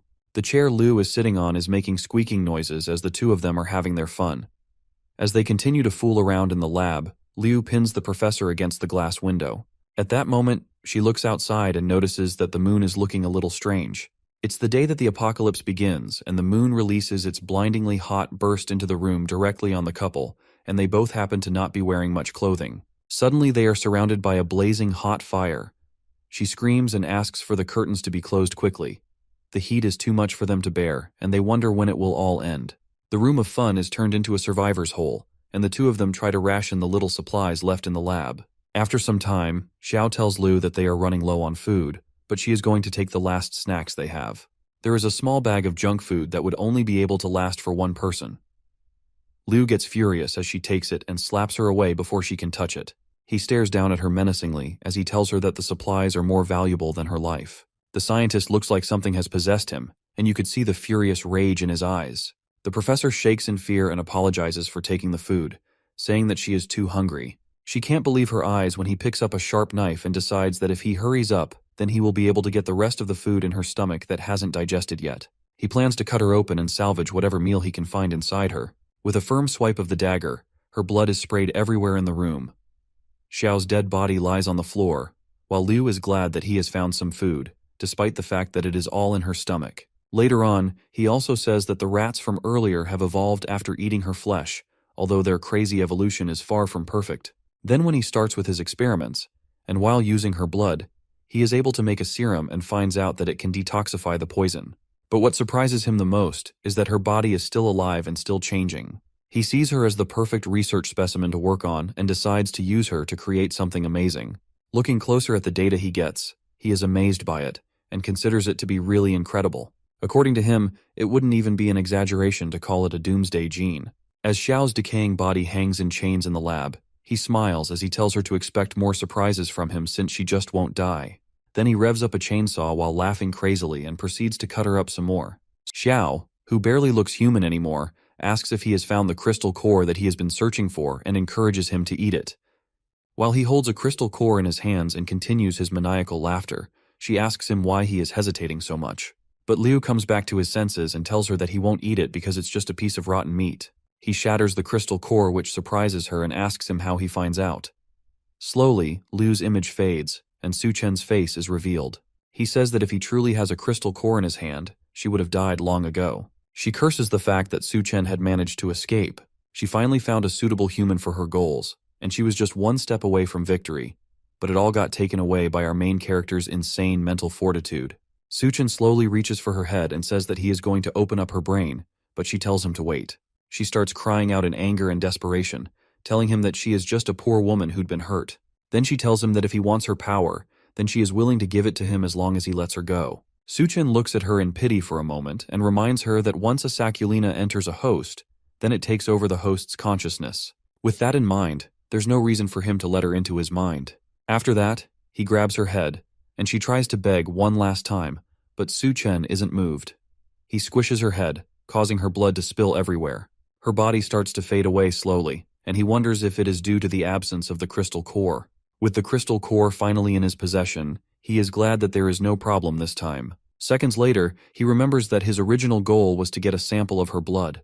With Xiao turned to ash, he wonders what will happen to the antidote he is searching for.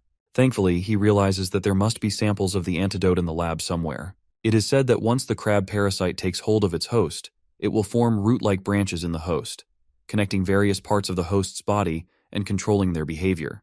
The parasitic relationship eventually results in the host becoming a slave to the crab parasite. Now, with the university completely cleared out, dozens of refugees are left wandering the streets looking for a new home. Thankfully, the floodwaters have receded, which means that streets are clear for them to travel through.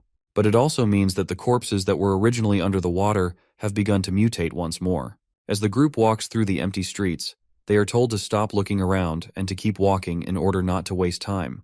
Yun Yun is noticeably nervous and scared, and she asks Duanya where Suchen is taking all the medical students. Duanya tells her that the escaped mutant rat men are lurking around the University of Science and Technology, and it is no longer suitable for human survival. The surviving medical students are scarce talents during the apocalypse, so Suchen plans to take them to the safe zone area in the next town.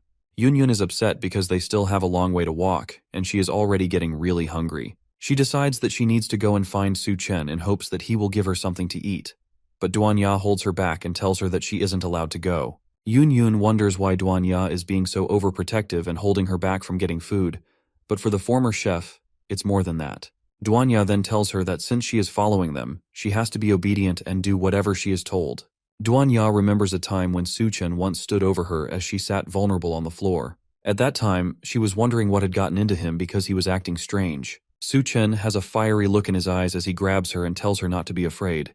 He is just a little hot, and he needs to cool off by any means necessary. She couldn't believe it when he suddenly kissed her, but she didn't back out of it either. After that, her body started to feel weird, and the two of them started to fool around in the midst of a night of heavy rain.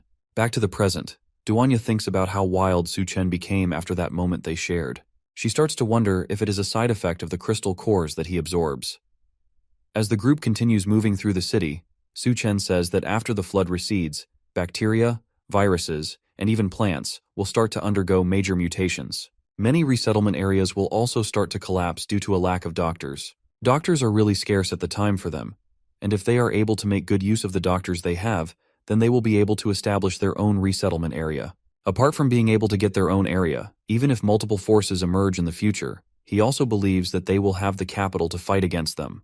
In addition to that, the harvest at that time was good, because Yun Yun found a method of making serums and recovery potions. Suchen believes that after Tianyue and the others are done recovering, then they will be able to give him a helping hand when needed. Thanks to his space ability, he was able to store all the research equipment and materials from the laboratory building within his dimensional space. He then wonders about the rat's crystal core that he absorbed. Not only did it enhance his berserker ability, it also increased his physical strength. The crystal core also gives him ice powers, and although he can only condense a little ice right now, he is determined to find a way to increase it in the future. As if he isn't overpowered enough, the crystal core of the half-body female mutant also adds more abilities to his arsenal. Her crystal core gives him 2 psychic abilities, but he is upset that he didn't get the power to create illusions. Tianyue notices a weird sound coming from around them, and the others get very nervous. Suchen activates his first psychic skill, which is spiritual perception. The ability probably came from the corpse's appetite for blood. His eyes turn to a sharp red color, and he grows a very intimidating aura, which allows him to see the heat signatures from the blood of living things about 30 meters around him. It is like he has turned into a heat-seeking radar. He then notices that the members of the Devourer clan were preparing to ambush them. He can see the numerous mutated people hiding in the buildings and waiting for the right time to strike. One of the members of Suchen's group sees something frightening and tells everyone else to look up towards where he is pointing. Above them, they can see a female who has been hung on the traffic light pole, and a girl among them notices that the person hung is known as Rui Rui, a former roommate of hers. She tells the guys to hurry up and save Rui Rui before it is too late. It is a life that needs saving, and she can't stand seeing her friend in such a humiliating state. One of the guys attempts to go and save the girl, but Suchen stops him and tells him to mind his business. Suchen then tells his group to keep moving and stop wasting time. The girl can't believe how cold-blooded he is. She wonders if Suchen is even still human, because it doesn't make sense that he would just watch someone die when there is still a chance to save her. Other people start to speak up, and they accuse Suchen of not being a man at all. They decide to stay back and help since they can't just stand by and watch someone die before their eyes. The girl orders them to put Rui down quickly so that she can give her medical attention. Some of the men move to the traffic pole quickly and begin loosening the rope in order to rescue her. As they are loosening the ropes, arrows rain down on them and manage to pierce through most of the guys, killing them instantly. The sudden turn of events causes the once confident girl to shiver in fear. All of them can't believe that they just lost 2 innocent souls in an attempt to save one person.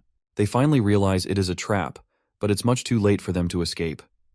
2 other guys burst out from the windows above them with axes. They quickly surround the girl and the guy she is with. The 2 men from the Devourer clan are as tall as mountains, and they tower over the group of people who tried to save their friend. One of the Devourer brutes grabs a girl by her face and licks her cheek to get a taste of her. Then he rubs his hand all over her body and calls his companion to come and have some fun with her first. The girl is scared senseless as she looks at the monstrosity that grabbed her head. She begs him to let her go, but there is no use. Her friend tries to fight for her, and he demands that the devourer let her go, but he doesn't see the other enemy rushing towards him with an axe. The man is slaughtered in an instant, and his blood gets splattered everywhere. As he dies, the brute tells him to accept his fate as food. The girl, however, isn't as lucky to have a quick death. The man rips her shirt apart and suggests that they keep her to breed instead of eating her immediately. The screams manage to reach Su-chen's group as they continue their march towards the safe zone. She asks him if the woman who was left hanging was used as bait, and he confirms it. But even though they've gotten what they want from the other group, that doesn't mean that they are safe yet. In fact, they are already surrounded by devourers.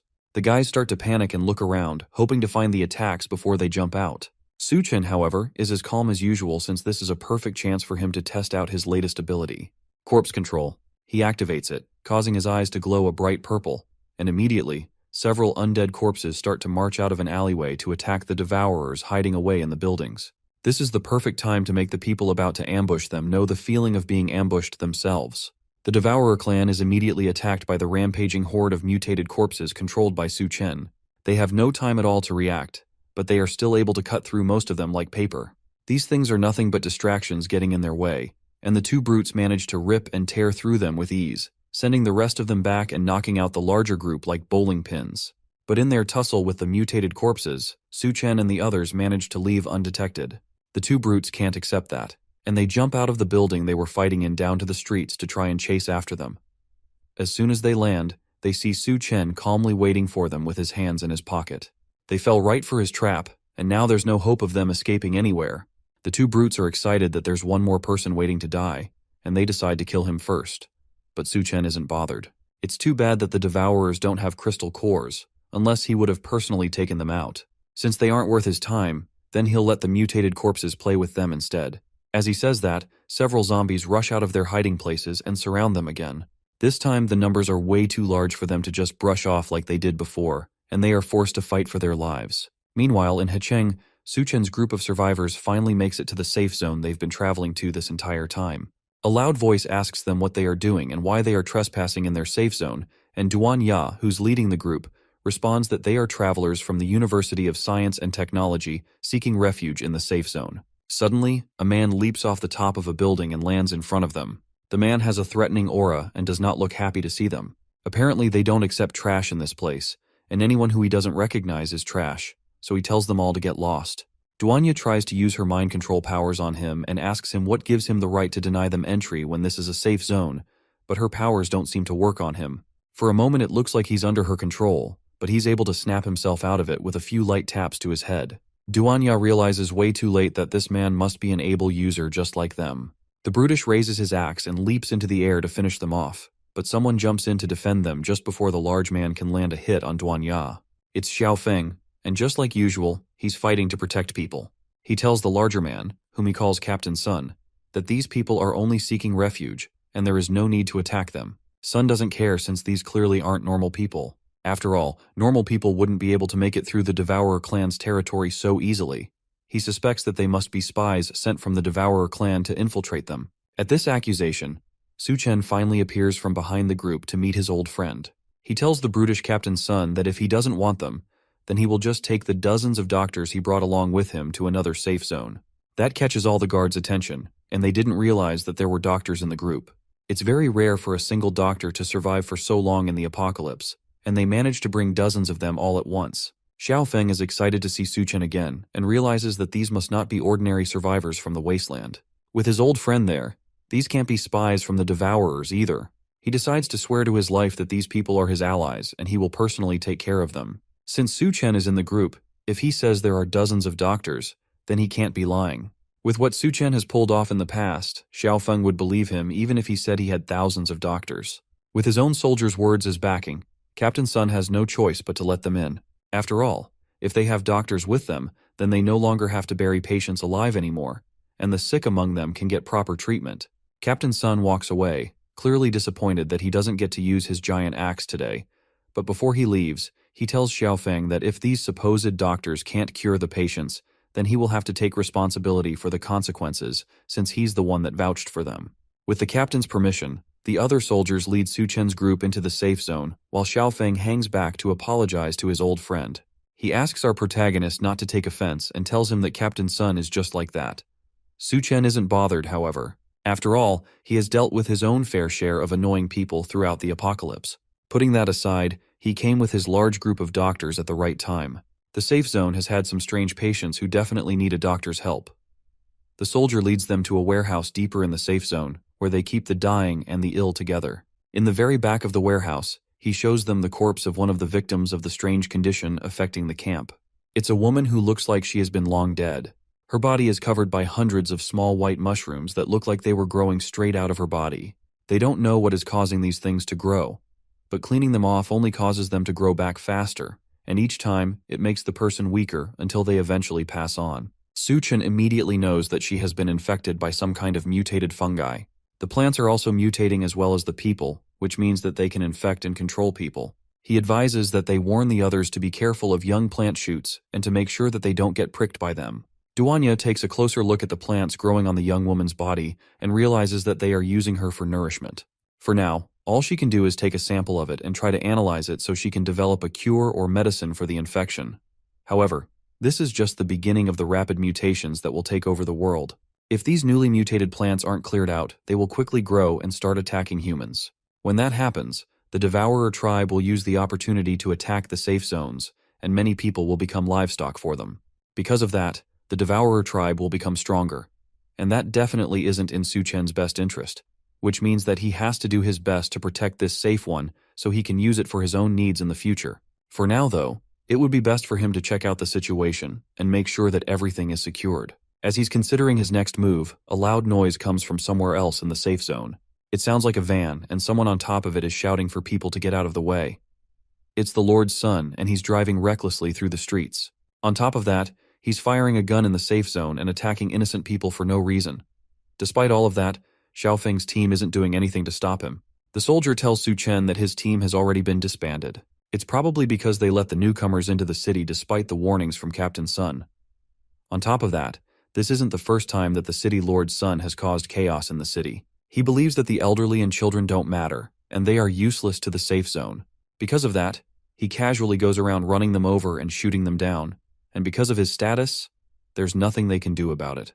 As he's driving, he notices Yun Yun, who's looking over an injured person lying limp on the street. He pulls his car to a stop beside her and cockily asks if she wants to get in his car with him. If she follows him, then he can take her to get something good to eat. Yun Yun slowly gets up and tells him that she's so hungry that she can't walk anymore, so if he wants to take her out, then he's going to have to carry her.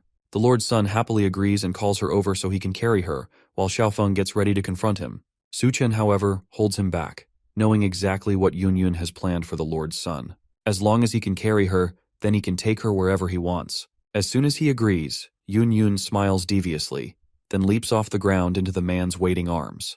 But just before she lands, she grows rapidly to her largest size and smiles down at him as she falls. The Lord's son realizes the situation just in time and manages to avoid getting crushed by a giant woman. Her new size rips her jacket into pieces and makes her heavy enough to destroy the man's car. Unfortunately for him, he isn't fast enough to completely escape and ends up with a crushed leg.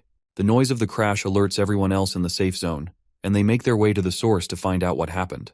Meanwhile, the Lord's son screams as the pain from his broken leg hits him in full force. Yun Yun looks down on him and luckily tells him that even when he's given the chance to prove himself, he still turns out useless. Then she steps on his already broken leg with her giant foot, causing him to scream even louder. The sound attracts the soldiers from deeper in the zone, and they hurry to check on him and ask what happened. He immediately points an accusing finger at Yun Yun, calling her a monster since she turned into a giant woman and broke his leg. Duanya steps in and uses her mind control ability to warp the memories of the people around them, and they turn on him immediately. They tell the young master that he actually fell out of his car and broke his leg himself. Thanks to Duanya's mind control, they all turn on him, and they are convinced that they saw him fall with their own eyes. The young master figures that they must all be involved in this somehow, and they all did this to set him up. With no other choice, he calls for his father, the Lord in control of the safe zone, to come and help him out of this mess. Captain Sun chuckles menacingly and figures that this interaction will be fun to watch. A car surrounded by dozens of soldiers pulls up to the scene of the incident as the young lord still sits on the ground, unable to move. Su Chen's group and Xiaofeng watch as the city lord steps out of his car and demands to know what's going on. The way several people rush to answer him, plus the crowd of security that pulls up behind him, shows that the city lord has an air of importance around him. Xiaofeng defends his friend and tells the city lord about Su Chen and the fact that he brought dozens of doctors along with him to seek refuge in the shelter. Then he starts to talk about the young lord and how he started to cause trouble around the place. But the younger man cuts in and demands that his father kill them all for breaking his leg. The lord doesn't pay attention to his son's ramblings and slaps him across the face as soon as he starts talking. It looks like he has already warned the chaotic kid about his actions, and he's aware of the things that happen while he isn't around. This isn't the first time that he has told his son to treat everyone that comes into the settlement with respect. His vision is to turn the safe zone into a beacon of hope in the apocalypse, and to make everyone that comes to them feel some warmth. Because of his great dream, even his own son gets punished when he does wrong. That must mean that the city lord is a good man, and it's rare to find such a noble-hearted person in the apocalypse. At least that's what the crowd thinks as they start to cheer for him and his good deeds. The city lord turns to them and personally invites them to stay with them and build a new dream together. Here, they will provide the best food and the most generous conditions to make sure that they all survive in the new hellish world. Xiaofeng turns to tell Su Chen that thanks to the city lord, his group can now stay without any problems. But his friend is already long gone, as are his two girlfriends. They left the city as soon as the city lord appeared to avoid any problems. It's unreasonable to think that he won't try to take some kind of revenge since Yunyun crippled his son. Because of that, the three of them have to sleep in the woods for the night. Yunyun nervously tells her new sister that it's the first time she has ever had to sleep outside. Surely Duanya must have some kind of experience since she has survived in the apocalypse for so long. The former chef tells Yunyun to stop thinking about unnecessary things. Besides, with Su Chen around, who knows if they will even be able to sleep at all. Our protagonist comes up behind them and warns them to stop messing around. Someone is coming, and they need to be ready for an attack. Then he calls for the people hiding behind a pillar to come out and face them. It looks like they were trying to sneak up on the group without being detected, but Su Chen already knew they were there a long time ago. They come out of their hiding spots and ask if Su Chen thought he could hide so easily after breaking the young master's leg. There are dozens that surround them, and they tell him that there is no way for them to escape. But unluckily for them, Su Chen never planned to escape. He just didn't want to go on a killing spree in the city and end up accidentally hurting members of his friend's team. The men approach him and laugh at the fact that he's talking about a killing spree when he's clearly about to die. They decide not to waste any more time pointlessly talking so they can finish him off. Su Chen casually annihilates one of the men approaching him with a single punch, causing the other men to realize exactly what he meant by killing spree. They open fire on the group in a panic, hoping to take him out quickly, but Su Chen immediately pulls out his dual katanas and cuts through all of them in less than a second. The last man remaining begs for his life and tells Su Chen that if he's spared, then he will reveal the secret about the city lord. Our protagonist pauses his sword just before it slices off the man's head, then tells him to continue. The man tells them that the city lord has close ties with the nearby Devourer clan. Every week, they secretly make a trade behind everyone's back. The city mayor gives up some of the refugees in exchange for food. Yunyun punches the man on the back of the head after his confession. They've been giving up young people in exchange for food this entire time.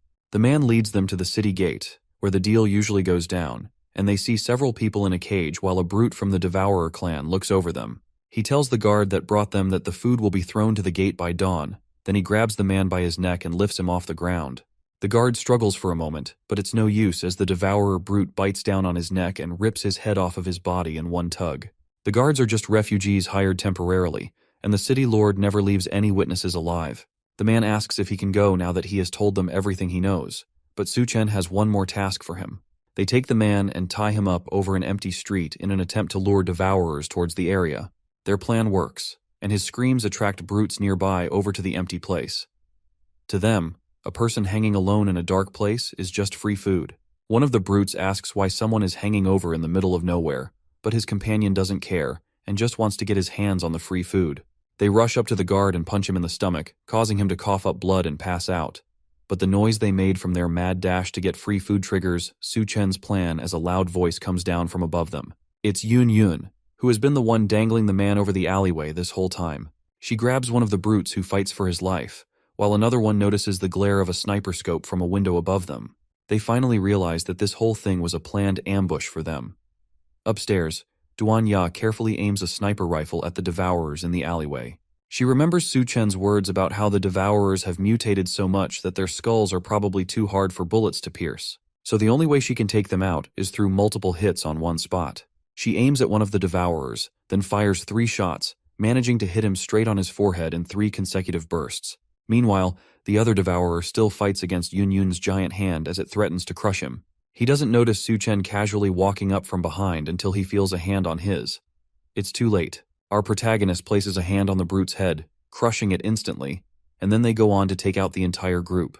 With the Devourer clan's main force taken out, Su Chen and the 2 girls take all the food that was meant to go to the city lord for himself. Then they head to a house that's still in surprisingly good condition despite how unforgiving the apocalypse has been. Inside, he summons a bed from his inventory as well as more food to create a feast for him to enjoy with his 2 girls. Duanya tells him that if he wants to own a settlement base, then he can just find a different place and conquer it as his own. There's no need for him to get mixed up in the mess between the city lord and the Devourer clan. While that is true, building a base takes a lot of time and effort, and he's not good at that sort of thing. For the actual management of the base and its welfare, he's going to need someone reliable who has experience working with that sort of thing, and that person just so happens to be inside Hecheng. As they talk, Yun Yun appears wearing an outfit that doesn't leave much to the imagination. She sees both Duanya and Su Chen lying on the bed and asks why they decided to start without her. Su Chen lays down on the bed as the 2 girls climb around him, ready to fool around. Thanks to him, they have been able to live like humans since the beginning of the apocalypse, so tonight they plan to return the favor and serve him well. While the 3 of them get freaky in the ruined city, the guards from the safe zone eventually find the hanging corpse of the man that Su Chen used as bait. The city lord Zhang mistakenly takes that to mean that the deal with the Devourers went wrong, and he rushes to the Devourer clan to find out what happened. He asks the Devourer leader what happened, but the mutated man asks him the same question. In the aftermath of his deal, he lost 3 of his warriors, meaning that they weren't the cause of the attack. Despite that, the Devourer leader demands that they double the number of people that they send over as compensation for their losses. If he can't do that, then his deal with the Devourers will be cancelled, and they will attack his precious settlement. The city lord agrees to his demands, and Su Chen decides to burst into the party and make his presence known. Our protagonist has seen everything he needs to see, and it looks to him like the city lord doesn't even bat an eye while trading with other people's lives. The Devourers surround Su Chen once they realize that he's the one who killed the 3 Devourers sent to retrieve the people. They have no idea how he managed to kill 3 of their own, but now that he has stepped onto their base, there's no escape for him. City Lord Zhang calmly leaves the area before things get violent. As far as he is concerned, Su Chen might as well be dead for stepping into the Devourer clan's home territory. He rushes back to the safe zone to try and wrap things up quickly before it turns into a mess that he can't handle. He goes back to the safe zone and announces to everyone that there is a traitor in their base. He points the blame at the outsiders that Su Chen brought over and accuses them of pretending to be doctors so they can infiltrate the base. He claims that in reality, they were secretly kidnapping refugees to trade with the Devourers for food. Since Su Chen ruined his plans, he has to be ruthless to make sure that no one goes against him again. The people in the settlement immediately turn their angry eyes towards Su Chen's group. They prepare to attack and kill them, but a loud voice stops everything before a riot starts. It's General Gao Yue, and behind him are Bei Chang and her brother. He comes in to defend Su Chen. From what he knows, our protagonist is a trustworthy man who has proven to be capable on multiple occasions. Since Su Chen brought them here himself, then they shouldn't be the problem. The city lord continues his accusations, saying that words alone cannot defend them. If he wants to show that they aren't traitors, then he has to prove it.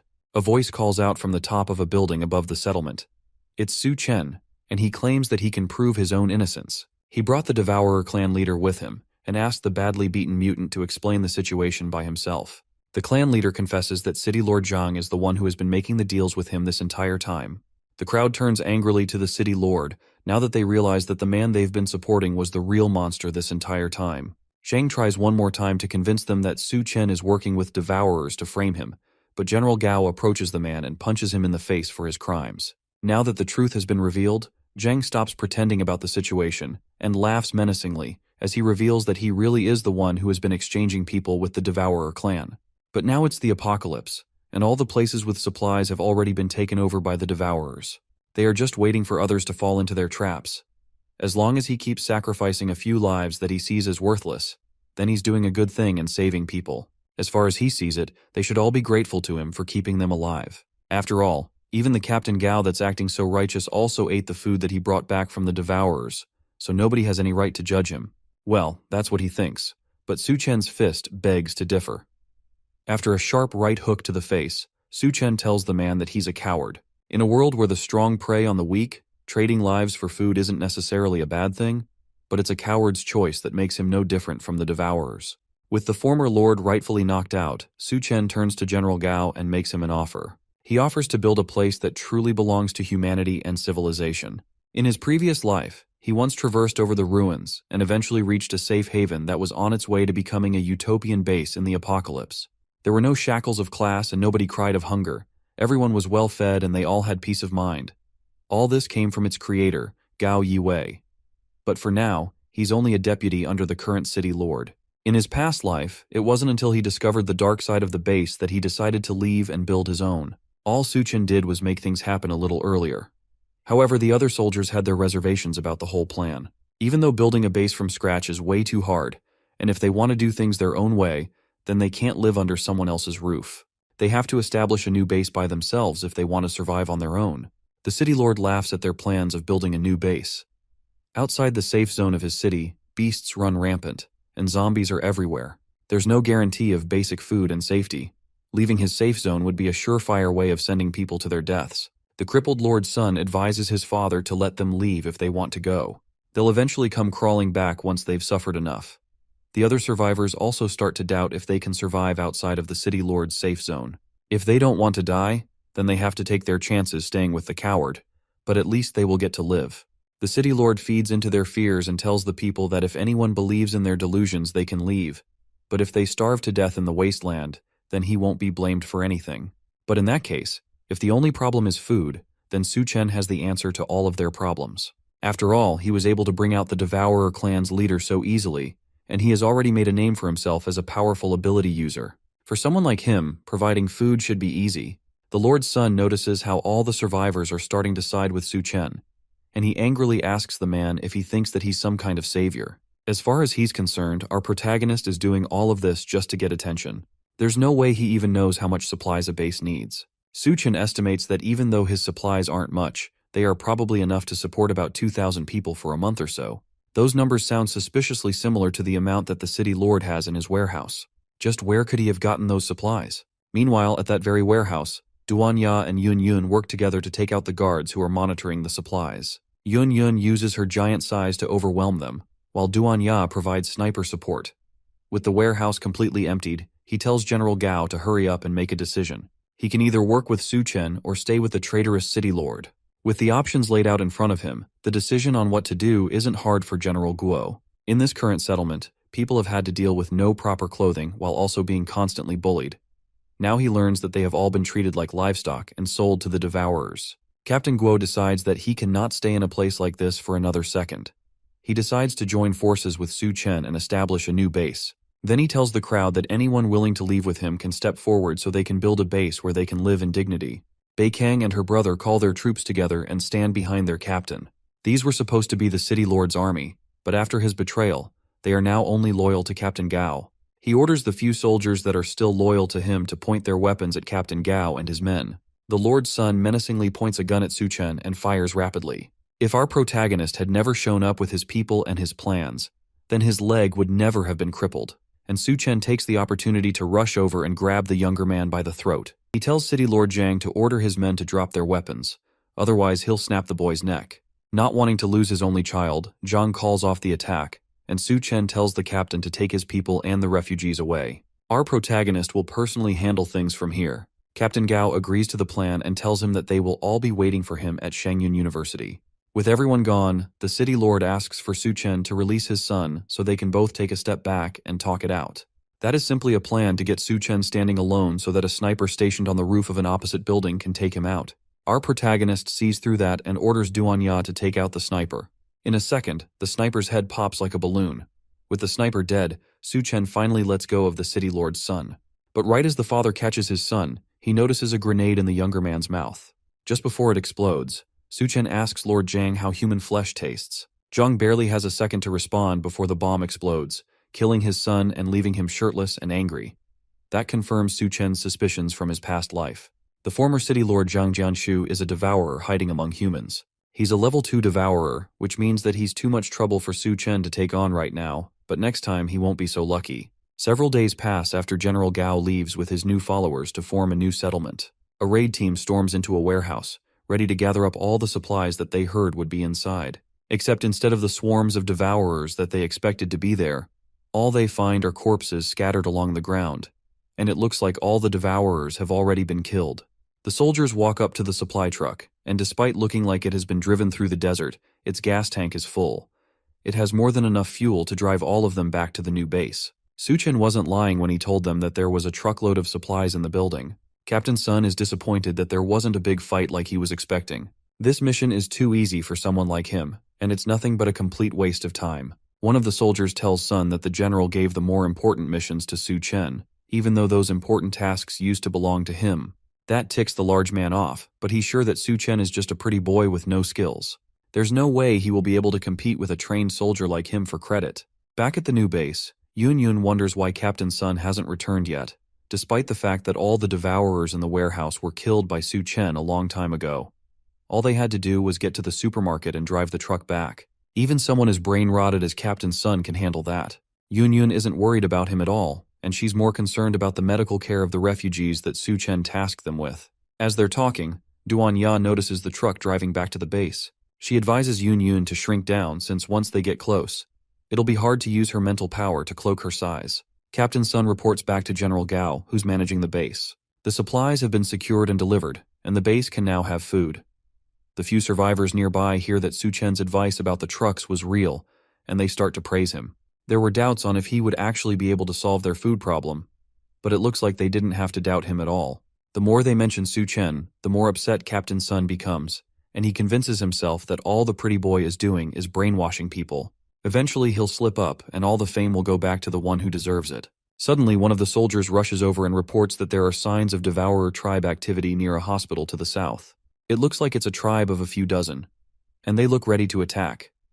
Captain Sun smirks, knowing that this is his opportunity to show people who the real protector is. Meanwhile, Su Chen is still out on his mission with Bei Chang and Xiao Feng. Their plan is to raid a military base near their base. The entrance has long since been flooded, and it has become a death trap full of mutated corpses. Even if they manage to get it, there are only 3 of them, and they won't be able to carry all the supplies out with them. Su Chen tells them not to worry about that for now.